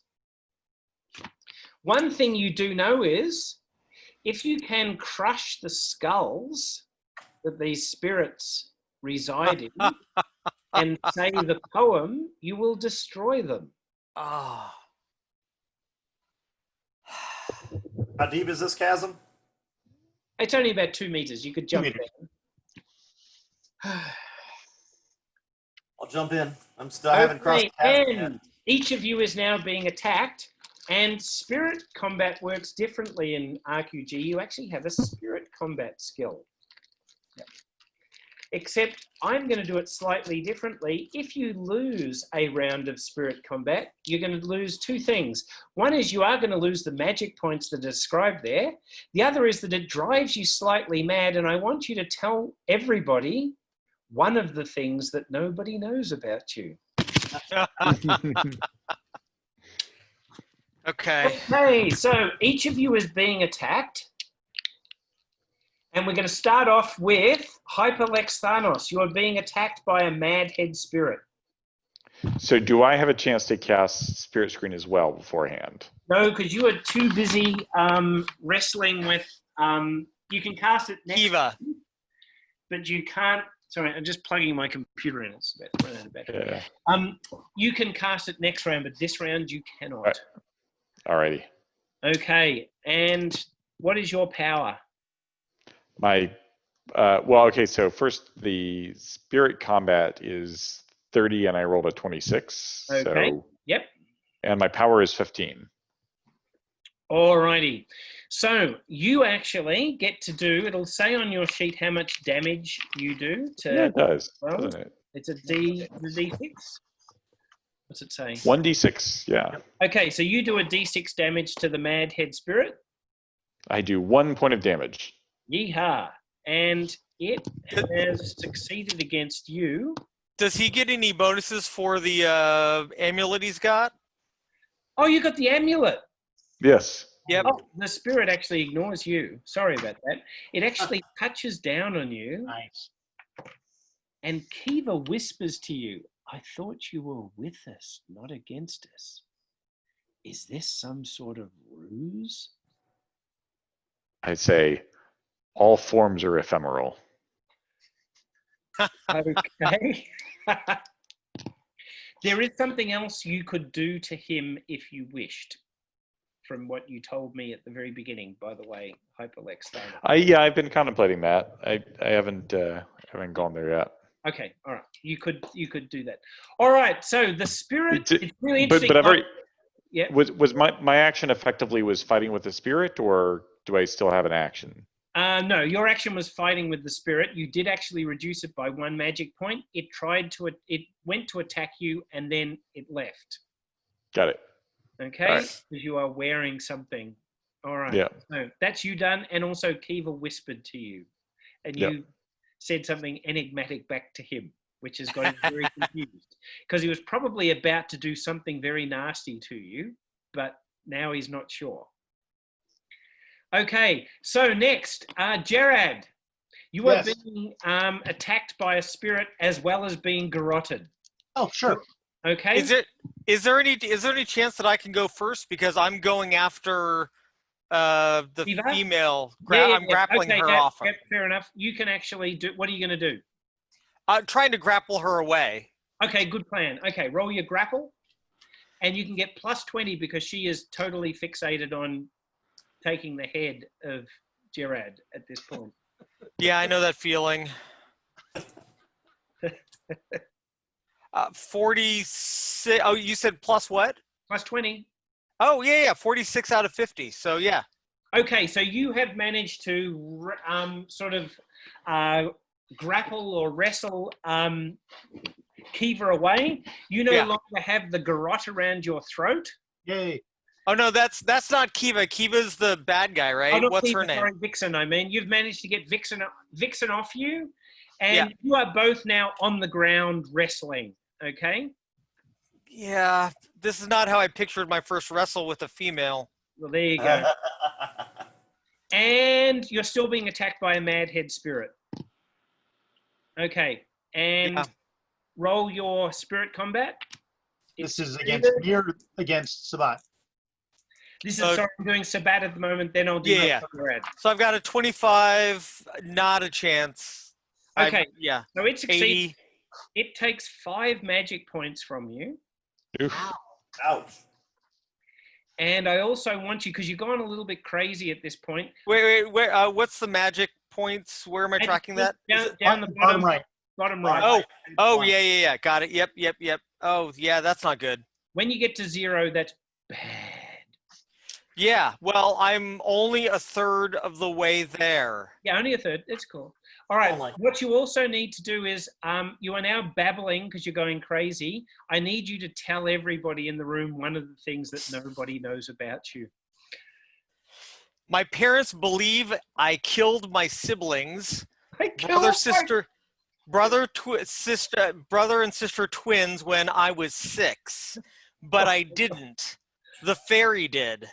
If I thought about it, I might think that I was cursed not to speak of it, but I don't think about it. My parents don't speak to me anymore. Okay, so he is babbling that confession as this ghost is attacking him, and he's wrestling a strange vacant-eyed woman with a false beard. So it's all happening. All right, and Gerard, you are being attacked in spirit combat as well, and what's your power? 15, isn't it? 15, yeah. Can I cast a spirit magic spell while I'm in spirit combat? Next round, I think. Next round, okay. It's still in the same round. Okay, it actually failed its spirit combat, so it oh, good. But I can you can try and get back at it. Yeah, with my massive 25%. 72. No, I missed. Okay, all right. So what is this? What is this? Okay, Harkos. Yes. Spirit is going to attack you. And has succeeded. Ooh, I rolled a 24. Okay, you do a d6 to it. It does a d6 to you. I have spirit screen on also. You have spirit screen, which means you do more damage. And actually, that means it failed its roll against you. Well done. So I rolled a 3 for damage. Okay, you get to add another 2 onto that, so you do 5 points of damage to the spirit. Well done. Okay, the spirit is still going at you. And Thechad, did you jump into the pit? No, I was going to. Oh, sorry, it was Harkos. Sorry, Thechad, what were you doing? The last thing I did was try casting the befuddle on Vixen. On Vixen, yeah, and it bounced off. Now you're being attacked by the spirit. Okay, and it has succeeded in its spirit combat roll, and it does 6 points to you. Ooh. So. And can I try a loyalty to the Lankermai Temple to defeat these spirits? Yes, you could actually be inspired, which would increase your spirit combat skill. Yep. That's a good one. Everyone can do that. 21. Yeah. On the inspiration. Yep. If you fail, though, don't forget it lowers your skill. And so I made both. Okay, well done. So roll a d6. 5. Well done. Okay, you've done 5 points to your spirit. Okay, so that's the end of the round, and this is the situation as we have it. Gerard was garroted by the woman who was then wrestled by Sabant, and Sabant and the woman are now on the ground wrestling. Yes. Gerard had stumbled into the other room where he saw the body of Sabant's old master missing his head. Hyperlexthanos had wrestled Kiva, the priest, and his shirt came open and he saw that he had a severed head with its eyes and mouth still moving on his belt. They then talked to each other. Meanwhile, Harkos jumped into the pit and Thechad tried to cast a spell. That's what happened that round. I now need to know what everyone is going to do in the next round. I'm going to go along the list. Hyperlexthanos, what are you going to do? I am going to first of all, try to be inspired by my temple, I guess. Okay. That being a great idea. Fighting the great energy of Lankomai, very good. Yep. And there may be, or maybe there's a hatred of Thanatari somewhere on my sheet. And I haven't noticed it. Well, believe me, if you guys survive, you'll get it after this. Okay. Yeah, exactly. Add that to your sheet. But anyway, and I will try one more time to wrestle this stupid priest into the fire. Into the fire. Very good. Yeah. Okay. And what are you going to do, Gerard? So I'm going to start by casting Spirit Screen. Yep. Okay. And then I'm going to strongly try to combat this spirit that is attacking me. Good plan. Okay, Thechad, what are you going to do? Spirit Screen. And yep. Then I'll help. Who was it that was fighting Vixen? Sabat currently wrestling on the floor with and Vixen is trying to get at her garrote to now try and garrote Sabant now. I'll go up and try to grapple her too. Okay, all right. And Harkos, you're in the pit. What are you going to do in there? I'm going to try to grab the first skull that I can and try to smash it against the side of the pit. Okay, you can basically pick up a skull and smash it in one round and say the poem. Okay. And as long as you don't fumble, it will be done. All right. That. Yeah, I should have done that. Oh, and I'm going to try to be inspired as well by Lankermon. Okay, everyone try and be inspired then. It's probably a good point to do this. Wait, 60? Yes, 15. Okay. Wait, what do you roll for inspiration? You are rolling underneath your love of your temple or Lankromai. If you have a look at your your loyalty to the temple or to Lankromai.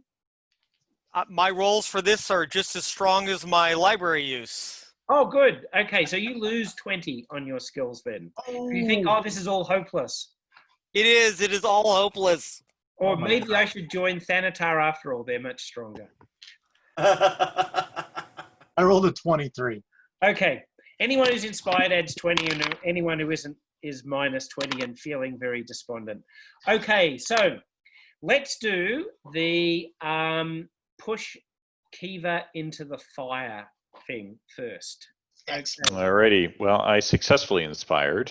Yep. And so now my grapple is 50, and I rolled a 35. Yay! Okay, so and he's taken by shock because of your enigmatic answer to him. He thought you were on his side. You shove him into the fire, and in true B-movie Hollywood style, he immediately catches a light. Okay. I'm going to say your buddy should be especially ephemeral. Yes, there you go. He's even more confused. And he's now going to do the movie stuntman wandering around on fire trick for a bit and could even fall in the chasm. Okay, well done. All right, and we'll do the fighting with Vixen. So Vixen's going to try and do the garrote against you. Yep. Sabat. Oh, yes. She's done it all right. Okay, you want to roll your grapple skill. Yeah, I do, don't I? Yep. Yeah, minus 20. You do. Oh, yeah, minus 20 as well. So I had a 10. Yeah. And I rolled very close with a 79. Okay, well done. Nice okay, roll. She's put the grapple around your neck and pulled tight, and you actually take 3 points of damage to the head. Oof. Oh, that's... To the head? To the head. You still got one left. Yeah, you're fine. Yeah. No problem. And she does it without any sort of passion in her eyes. It's all just... Yeah. All right, and it was Jared, wasn't it? You were going to try and fight her as well. Okay. Yeah, so I was going to cast Spirit Screen. Yes. And then I was going to fight her. My question is, do I am I aware of what's happening outside of this spirit combat? Like, do I know? Sure, but the thing is, you can cast Spirit Screen or you can attack Vixen. You can't do both in the same round. Got it. I'm gonna cast Spirit Screen. Okay, so you're there casting Spirit Screen, and you're going to be fighting the Madhead Spirit. Okay, all right, that's you done. Okay. Ooh, O2. You've cast Spirit Screen. It's all good. All right, Thechad. The Spirit Screen casting. Okay. 45, and I think it's just against POW, or is it against That's 75. Your power times. You've done it. Okay, and Harkos. As long as you don't fumble, you destroy a skull. 08. 08, you crush it. You do so well. In fact, you do so well, and just because I'm a kind man, you can destroy 2 skulls. Ooh. You smash them together. I'll grab that one and that one. Excellent. Brilliant. Hold my hand and just... Now, the question Now, will be... Are you going to make him Sophie's Choice it here? No, I'm going to roll to see which skulls were crushed. And unfortunately, their attack happens first, and then they'll be crushed. Okay, so I'm going to go along the list. One of you is going to be attacked by 2, because the one that was going to attack Hyperlex Thanos didn't need to do it. So there are 4 of you, and I'm going to roll a d4. Sabatos, you are being attacked by 2 Madhead spirits. Sabant, I mean. Sabant. Okay. You mean two spirits and Vixen? Right. Yeah. Yes. Yeah, because of course I am. Of course. I'm going to be right there to help you. Just wait. Magic points are different pools. You're fine. Okay, the first spirit failed its spirit combat skill. You can attack one or the other. It's up to you. Can't attack Who, me? Yeah. Oh, I'll attack 1. Okay. Or the other. Or the other. You can... Okay. So, Go for it. so I'm rolling against the 25%, or am I down to 5%? You are down to 5%. You're just ready to just give it all up. It's too hard. It is pretty hard. I've discovered abruptly in one round. I'm going to give you some good news, though, and that is that the spirits both failed their spirit combat skill. Well, I failed with a 61, so I didn't do anything back. Okay, the spirits all went woo around you, but didn't actually do anything to anyone. So And that you went woo back. Yeah.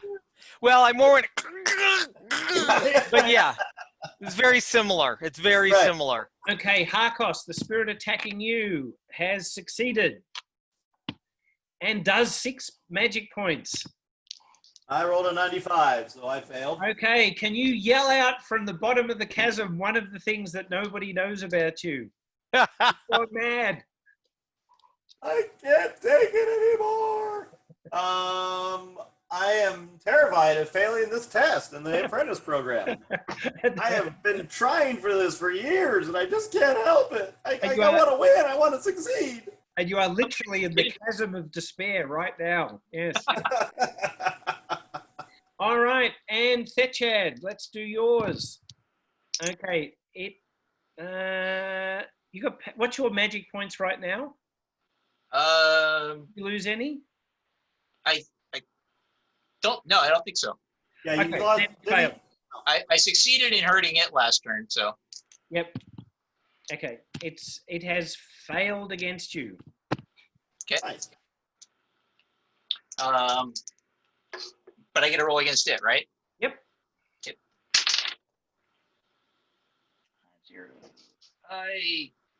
Nope, not quite. All right. And finally, Gerard, your spirit is attacking you, and that's definitely succeeded. Okay. And does 3 magic points of damage. Okay, so the spirit screen blocks 2. The spirit screen blocks 2 of it, so you only lose 1 magic point. Okay. Did the spirit screen add to spirit combat too? It does. It adds to your skill, yes. Oh, Okay, nice. I only missed by 5, and I have spirit screen 2, so maybe I did succeed. Adds 10, yes. It adds 10, so I did make it. Oh, okay. Well, tell me how many magic points you've taken off this thing. Another 5. Oh, very nice. Okay, and Hyperlex Thanos, you don't have any spirits against you because you're wearing the right thing. All right, so I'm now going to roll. Yep. What damage did the spirit do to me? You didn't give me a magic point. Oh, okay. Nice of you to remind me. Well, you know. 1 point. Nice. Oh, so then spirit screen blocks 2, so nothing? So you lose nothing, yeah. Great Okay. spell. All right, now, I'm now going to roll randomly. I get to use a D4 for this because there's 4 of you.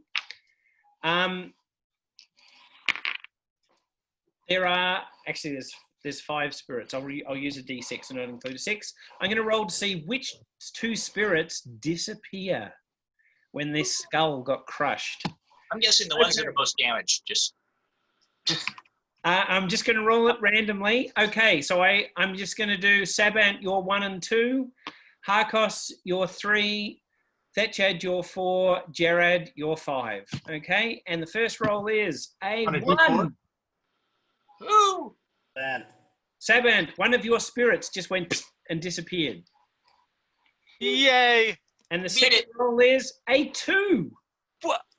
Sabant, your other spirit disappears. And I'm going to say that your despair that Lankomai had deserted you. Yeah. You actually feel completely irrationally that it must have been Gerard that did this because he was standing behind you wrestling with these spirits. I have your back. The spirits have gone. I think that you are no longer despondent, so you're not at -20 anymore because you've seen Sure. Gerard step up and save you. Yeah, just don't lose your head.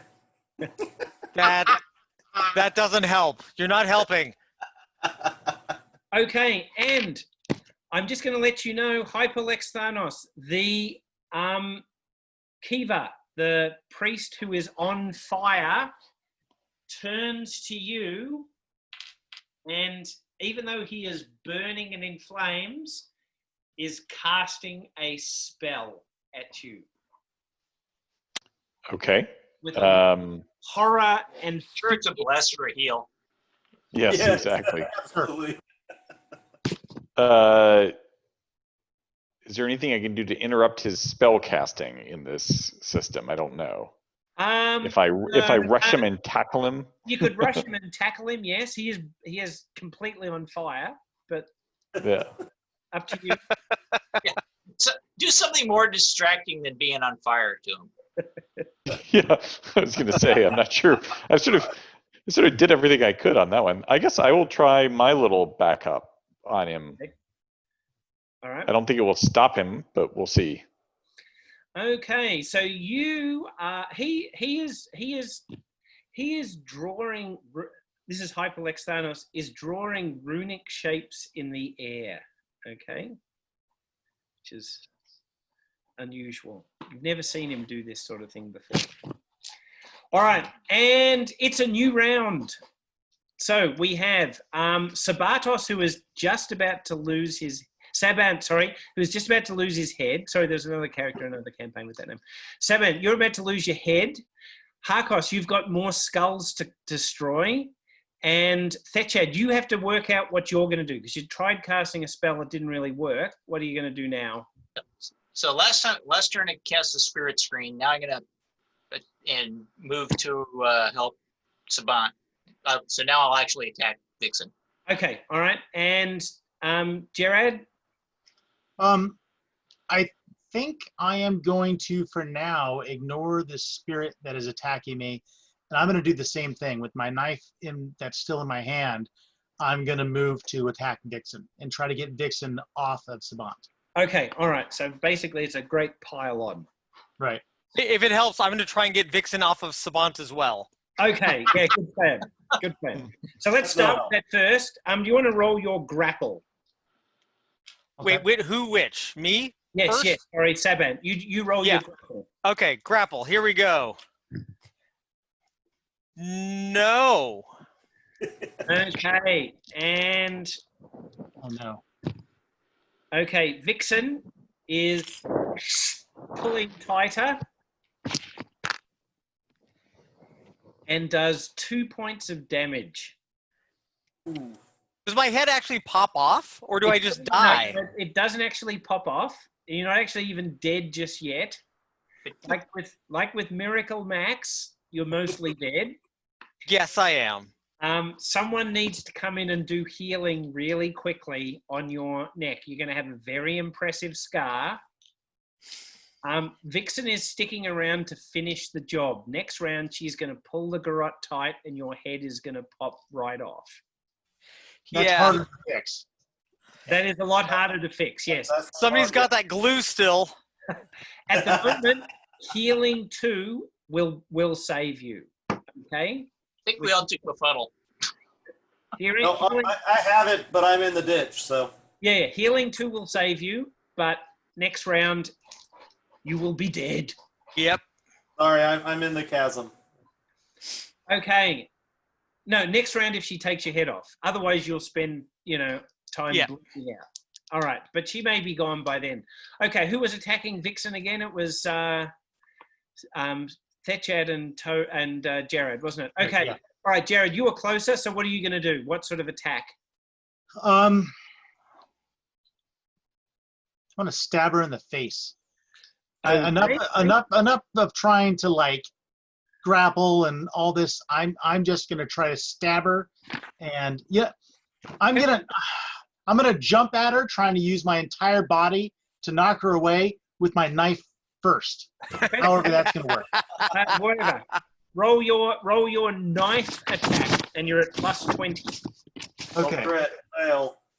Don't fumble. You'll stab your friend. So would that be dagger, right? Yep, dagger. Yep. So that's going to be 20 plus the 20 from my inspired, and you can also have 25 because her back is to you. She's completely prone. So that gives me a 65, and I rolled an 18. Okay, you have succeeded. You've succeeded with a plum. You basically landed on her and thumped the knife in her back. Roll the damage. What's the damage of a knife? Let's make it a D4 + 2. It's a 1, 3 points. Okay, 3 points of damage. And I hit her in the 1 somehow. I tripped and hit her. However you want to do that. You can add 10 to that because it's an aim blow. 11. You've basically got her in the back, right in the back. Okay. Ah! I'm trying to use the strength of my body to basically push her away, so hopefully she releases. Well, I will say that if Thechad's attack succeeds, then that will work. They're basically piling on. Okay, you wanna do your attack, Thechad? Yep. Sadly, I did not. 75. I'm not gonna be able to do that. Okay, all right. So you're kind of trying to grab in there, but you can't quite get at it. Okay, and so we move on to the Harkos. You want to crush another skull? Absolutely. Let's crack some skulls. 37. Okay, another skull is crushed this round, and I'll decide whose it is. And I rolled a 3, so it's actually your own one, Harkos. Nice job. All right, there are still 2 of these left. Now, this is what's going to happen in this round. Hyperlex Thanos, you are charging. Oh, sorry, you're not charging. You're casting your spell, aren't you? Yes. Okay. I haven't really got the mechanics for doing sorcery, so just roll some dice. Tell me what you get. Okay. Yeah, I was gonna say I don't think I got a spell on that. So I rolled a 28, and I have a 20 bonus, so one would presume that works. Yep. Okay, so you cast your sorcery magic that if you go mad, maybe you'll tell everyone what this is. Well, I think that the first hint is probably that I'm suddenly speaking in Old Warmish. Yes, so. That's right. And you understand that. Yes, you do understand that, and you can see that he is casting a sorceress spell to steal power from an opponent. That's evil. It's I like it. Tap power. Tap power. Nice. Nice. Yeah. Good spell. Okay. Bam! Okay, you do that at him. He is still doing a spell at you, but it was probably a good thing that you did that at the time, because he is actually casting Sever Spirit. Now, if you're unfamiliar with the rules of RuneQuest, unlike D&D, it's just a spell where if it succeeds, you die. And he's using that from one of his head collection, because you now see that on his belt, there's not just one head, there's a couple of other ones around the back as well, including, who here hates Humarti? One of these heads has a big death rune tattoo. Oh. Yeah, Jared was at, right? Yeah. Yeah. Well, one of these. Oh, in fact, Humarti that bullied you. Oh! I still think this guy is bad, but he's not as bad as I thought. He had one lucid moment. Roll a D8, Hyperlex Thanos. 7. Yeah. You have just increased temporarily your power by 7. Oh, nice. So you now have a power of 21. And that was kind of handy, because that's right at the moment that Kiva was casting Sever Spirit at you. So instead of a power of 18, he's now casting it with a power of 11. Nice. 11 against 21 is not, as you know from the resistance table, is not going to be very successful. And in fact, blam! You feel this horrific sense go right through you. It fails. You don't die. I believe you actually lose a D6 general hit points from a Sever Spirit that succeeds. You do actually lose 6 hit points. All right. General hit points from your general hit points. Successfully. Yep. You've thrown this off, and he's now looking very confused. And he is going to, because this has got to be cinematic, he now falls in the pit. Okay, and we now have 2 more attacks of Mad Head. Oh no, we've done the Mad Head Ghost. It's a new round. All right, so did we do the Mad Head Ghosts or not? I can't remember. I don't think you did. You rolled against Jared. Not this round. Okay, all right, Mad Head Ghost. We've got 3 left. Who'd like a Mad Head Ghost? There are 3 left? There's 2 left. Yeah, there should be 2 left. There's only 2 left, yes. Yeah, because there was one, and then a pair, and then 1. Yes, Thechad and Jared, you both still have a Mad Head Ghost. Okay, Thechad, you've got Spirit Screen 2 up, don't you? And, okay, that's still a success. So, and it does 2 points, so none of it gets through because of the Spirit Screen, but you still need to reveal something that nobody knows about you. I keep a statue of Anel under my bed. Of who? Poniel, it's a lunar hoodie goddess. Yeah. Probably lunar Lankermine. Yes, Luna's. Maybe you'll be joining the Aripi Ontor cult at some point. That's the lunar version of. Very good. And Jared, your attack against you. I have Spirit Screen 2 as well. You've got Spirit Screen 2. That actually fails. Okay. So you can attack them back if you wish. I succeed. So now, I tried to cast this. I cast Spirit Screen. No, I did the attack against Vixen this round. So can I? I don't think I can still do the Spirit. I think you still can. Okay. Then I will definitely. I would say, for the benefit of people watching this on YouTube later, I haven't checked the rulebook here. We haven't noticed in the credits of the rulebook, but I have no idea how spirit magic works. I haven't read it for a long time, but anyway. I rolled a 31 and a 3. Okay, excellent. All right, the spirits that you've had success against, they're definitely looking fainter than before, if that makes sense. Yep. But they're still going. All right, it's a new round. So, Harkos.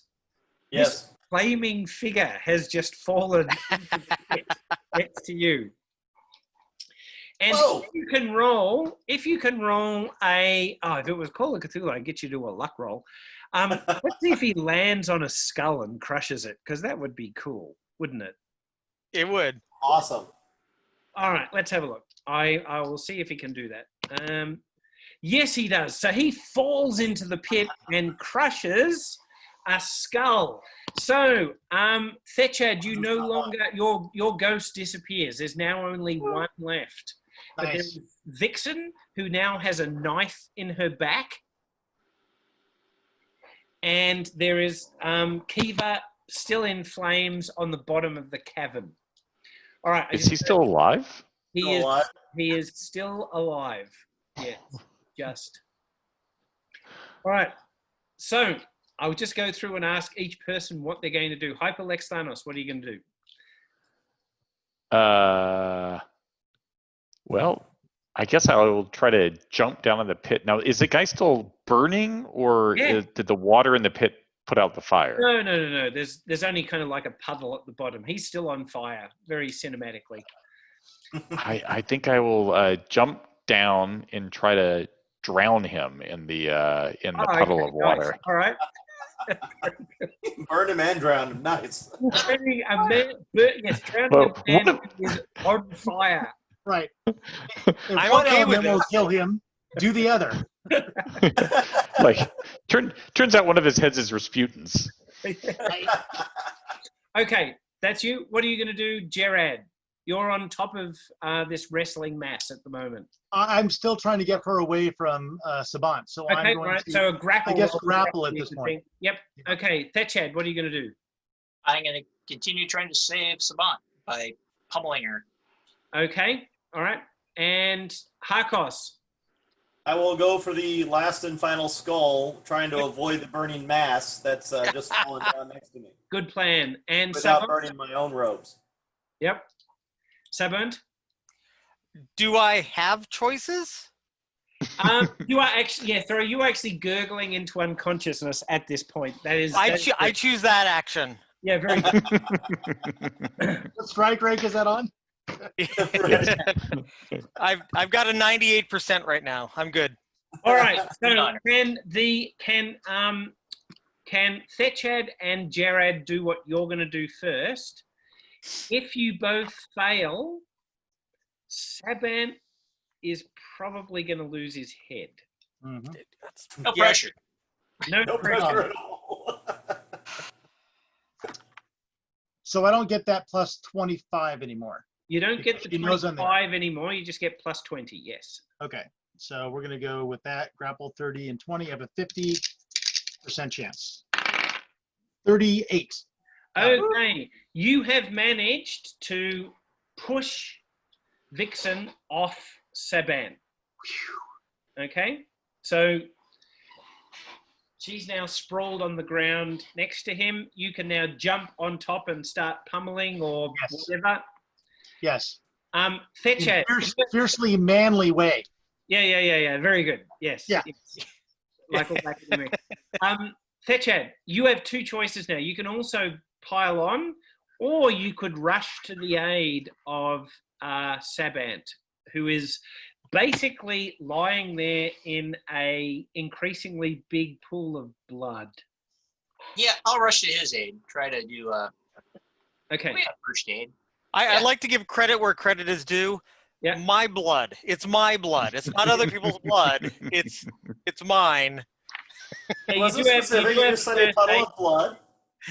You do have a first aid skill, and If only you'd been poisoned, but yeah. All right. So you're tending to him. Yep. Okay, and now we go to the pit. All right. So Hyperlex Thanos, you're jumping into the pit. Harkos, you are going to crush a skull. So crush a skull. And Yes. 81, but I didn't crit. okay, the final Madhead skull is crushed. And yeah, I don't have to tell you about the priestess. Oh, I mean, Hyperlex Thanos, you jump into the pit. And actually, at this point, Kiva is going to expire, but I would much rather you get to drown him in the puddle because that's far more so, You can drown the dead, Kiva. okay.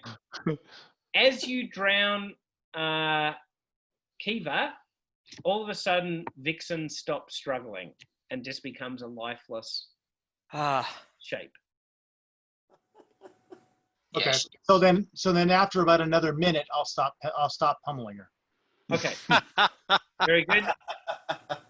And you can see these heads on his waist that are horribly burned, but even though he's dead, they are still looking around and their mouths are moving. And I'm gonna. they're looking at you. They're looking at what you've got around your neck as well. And they're saying to you, take us. Yes, I'm going to take them. I'm going to reach down and take them. And I'm going to try to smash them against the wall like a grapefruit. Okay, yes, you can do that. And there's a nice fire to put him in as well. Oh, well, that's true. Okay, so you take the heads. Kill him yet. As you do that, you pick up the Humakti one, which has got the death rune tattoo on it. It's definitely Gerard, the Humakti, that was bullying you, by the way. If you'd like to take the honors to... Oh, yes. Oh, yes, I would like to take... I'm going to follow Lex's lead and smash it into something hard and like a grape until it's just nothing left. Okay, that is all done. Yes. All right. I also assume at some point you do some healing on Yes. Savant. And if I get out of the pit, I'll try to cast heal 2 on him. All right, very good. So Savant, you now got 1 hit point in your head, and you have an incredibly impressive scar that goes from ear to ear on your throat. Nice. Nice. That'll get the chicks. Hey, we can get drinks together sometime because mine's going to be up like this. Yours will be great. Excellent, excellent. Okay. Now all we have to do is find the X-Files. Yes. Get out. And get out. Okay. And you go into the other room, and the X-Files lie in a specially marked scroll case on a shelf there on the Great Fisherman's Book. There's X-Files. Nice. You want to open it and look at it? Yes. Sure. We can all this way. And it contains several pieces of roll-up parchment, all inscribed in tiny, virtually unreadable script, in a language, and I've written here, that is most likely unfamiliar to all Old Pavic. But in fact, some of you, I think, can read Old Pavic, or at least have some knowledge with it. But I've also noted here, in any case, they are completely uninteresting to anyone without the sort of specialized knowledge of Anias. It's like, oh, okay, it's very bad. Okay, you can now go back to the surface. Woohoo! You have got the X-Files. And after many adventures and everything Hey, Jeff, we can't hear you. Hello? You can't hear me? What I was going to say was, I do search my ex-master's body for his things to bring back. Yep. And one of the heads was his, by the way, that got smashed. Yeah, I'm not taking the head back. I'll let him, well, wherever it is. But no, I mean his effects and things to show that we've lost a master. So you have all, by the way, you've destroyed the Thanataria all dead, the heads are all dead. What are you going to do with the amulet, by the way, Hyperlex Thanos? Oh, keep wearing it, sure. Oh, yeah, absolutely. Been good for me so far. All right. Yeah. Okay, we'll just say that after many adventures, you make your way back to the surface. There's a new sage on duty at the entrance. It's the duck, Anaximander, whose professed interest is the mysterious origin of the ducks. His true interest is becoming the first duck in time to fly. Ooh. And he's got a ridiculous pasted-on beard, and he says, well done. I'm sure Ananias will want to see you immediately, and takes the bookworms back. And -1. Right. Minus, oh yes. Did the other party happen to find their way out? Oh yes, there was some other group that came back earlier, but oh well, they're not going to be in the graduation ceremony, are they? No. Too bad. No. Lucky bastards. Yeah. Okay, and you go back to Ananias's room, and the door is there. You know, knock on the door. Yes. Yeah. There's enter. Sitting at the desk. He says, so you've been on the field trip. So you have the X-Files? We do. Right here. Yes, we do. Okay, he takes it, he opens it up, he pulls it out, and he goes, I thought so. Scrolls it up, puts it back in the thing, and then rings a bell, and the group that you met down who were using the torn up book, they, minus a couple of them, come in looking very sheepish and terrified. And he says, right, well, you need to go on your reset of the field trip. Take this file back now. I've checked it. It's fine.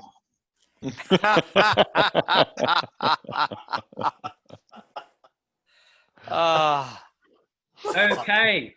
And you now have the final part of the adventure, which is the oral exam. And this is, you have to defend your thesis before a panel of examiners. And the examiners this year are Ananias, and he's very happy with you because you found the X-Files. Columbus Mercator, who I think is expecting all of you to sign on his expedition as soon as and Dr. Marv Munro. And when you come in, Dr. Marv Munro says, oh, and as part of my administrative reforms here in the temple, we're now going to have a fourth member of the panel, and that is the Student Representative Council nominee. So who is that? Who is that? And he's just looking at you guys. So one of you has to decide who is going to be the Student Representative Council nominee for the defending your thesis. I definitely think I point at Saband. Well, he sacrificed a lot. He gave his blood. I'll third that. He doesn't lose his head under pressure. Sure. Almost, but not quite. I'm the nominee, I guess. Okay, you are the nominee. Okay, so you're now sitting up on the panel with the other August figures, and here is how the exam works. All you need to do is talk about your professed subject of interest for 15 seconds. And they may have questions. So who would like to go first? Oh, and don't forget, we'll be picking one of you to be the ducks. I'll go first. Okay. So, tell us, Gerard, what is your field of interest? Dragon newt behavior. Mm-hmm. It is very, as you know, the dragon newts are a very enigmatic race of creature. At one point, they may help you and give you some knowledge of some obscure piece of whatnot, and on the other hand, they might try to kill you. So I think it's a very interesting subject to go ahead and study and understand, not just for our own protection and safety, so we can better understand what it is the dragon newts are trying to do in this world, and how we can possibly fit in with that scheme without losing any more humans. And he goes on from there. Okay, and Anaya says, are you willing to take the next interesting step in becoming a dragon newt scholar? I believe I am, yes. He says, sort of Yes, I believe I understand your point. Yes.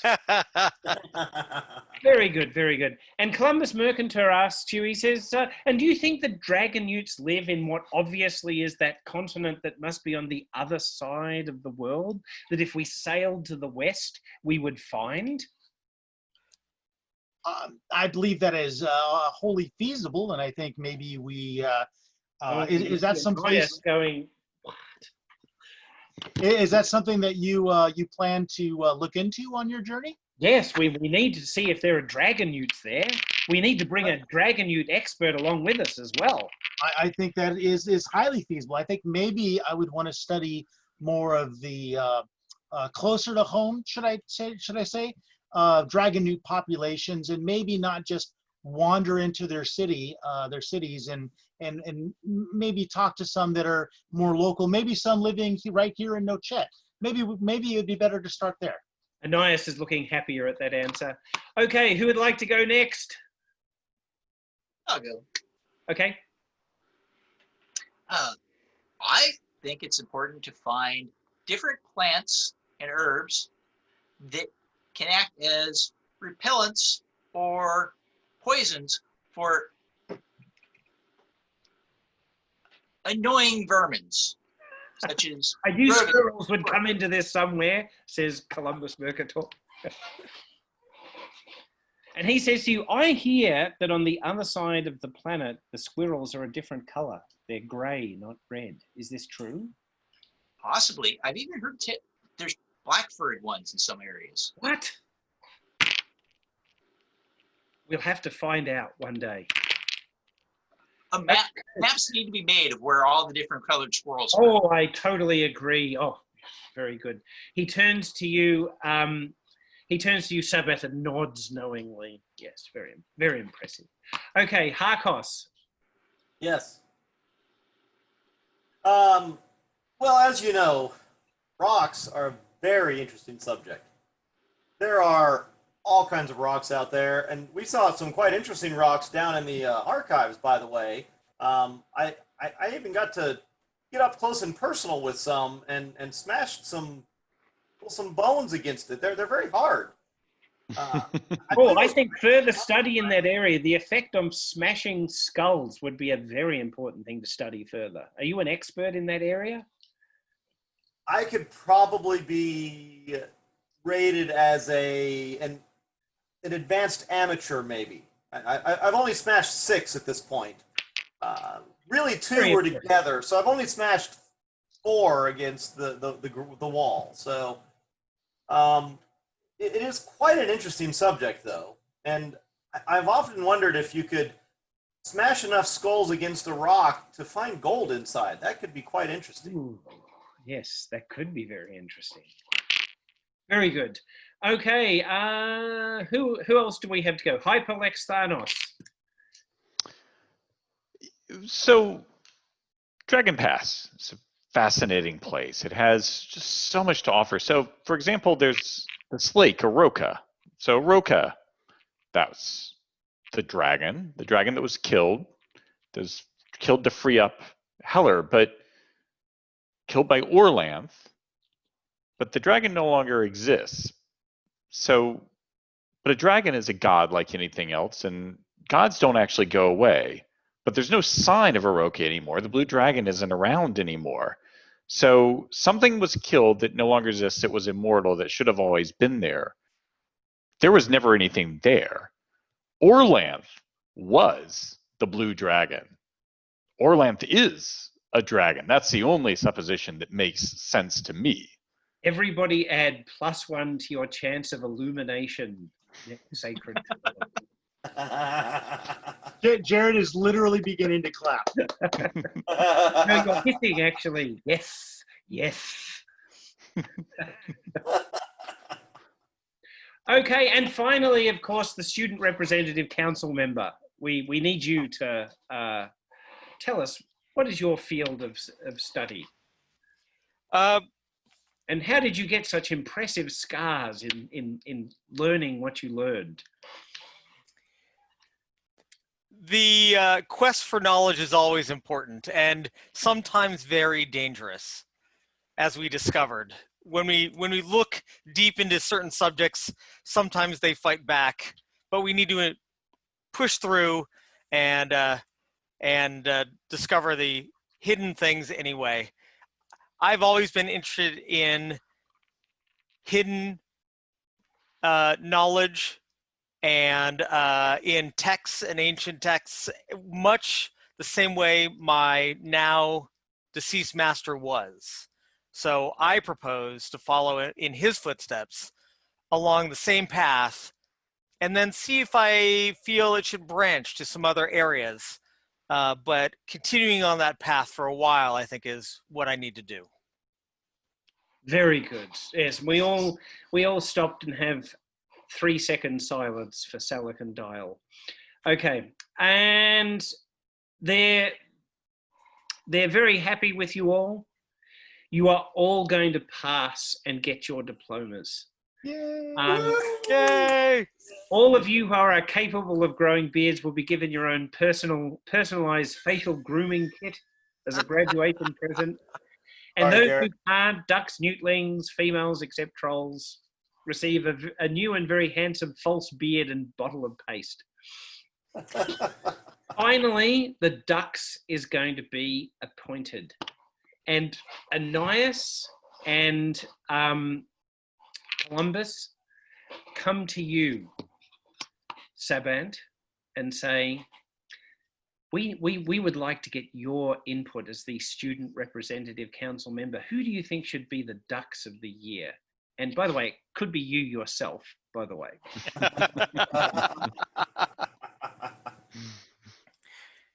I am inspired by my own endeavors, but Hyperlexthanus, I think, inspired the room. Okay, so we make Hyperlexthanus is the dux of the year. Congratulations, yes. Hyperlexthanus. Point of order. Yes. I've already been one once. Tell us more. Can I? Huh? Tell us more. Well, the first time I did it in the other body, about 900 years ago or so. Okay, so you stand up and give a completely discursive, rambling, bizarre acceptance speech. And you also do absent-mindedly figure your Thanatari necklace a few times. Okay, so Mutiog, the doddering high priest, comes out and shakes hands and congratulations. And this year, we have decided that the dux is going to be given a very, very special honor. And that is, we're going to get the dux to devise and implement a new cataloging system for the underground archives. And he says, beaming to the other newly appointed sages, our dux can choose his own team of research assistants to help him in his subterranean labors. Yeah.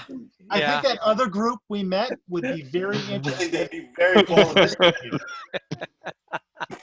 Okay, and there we have it, gents. The end. Nice. That's great. All right. That was great, Mob. I hope you had fun.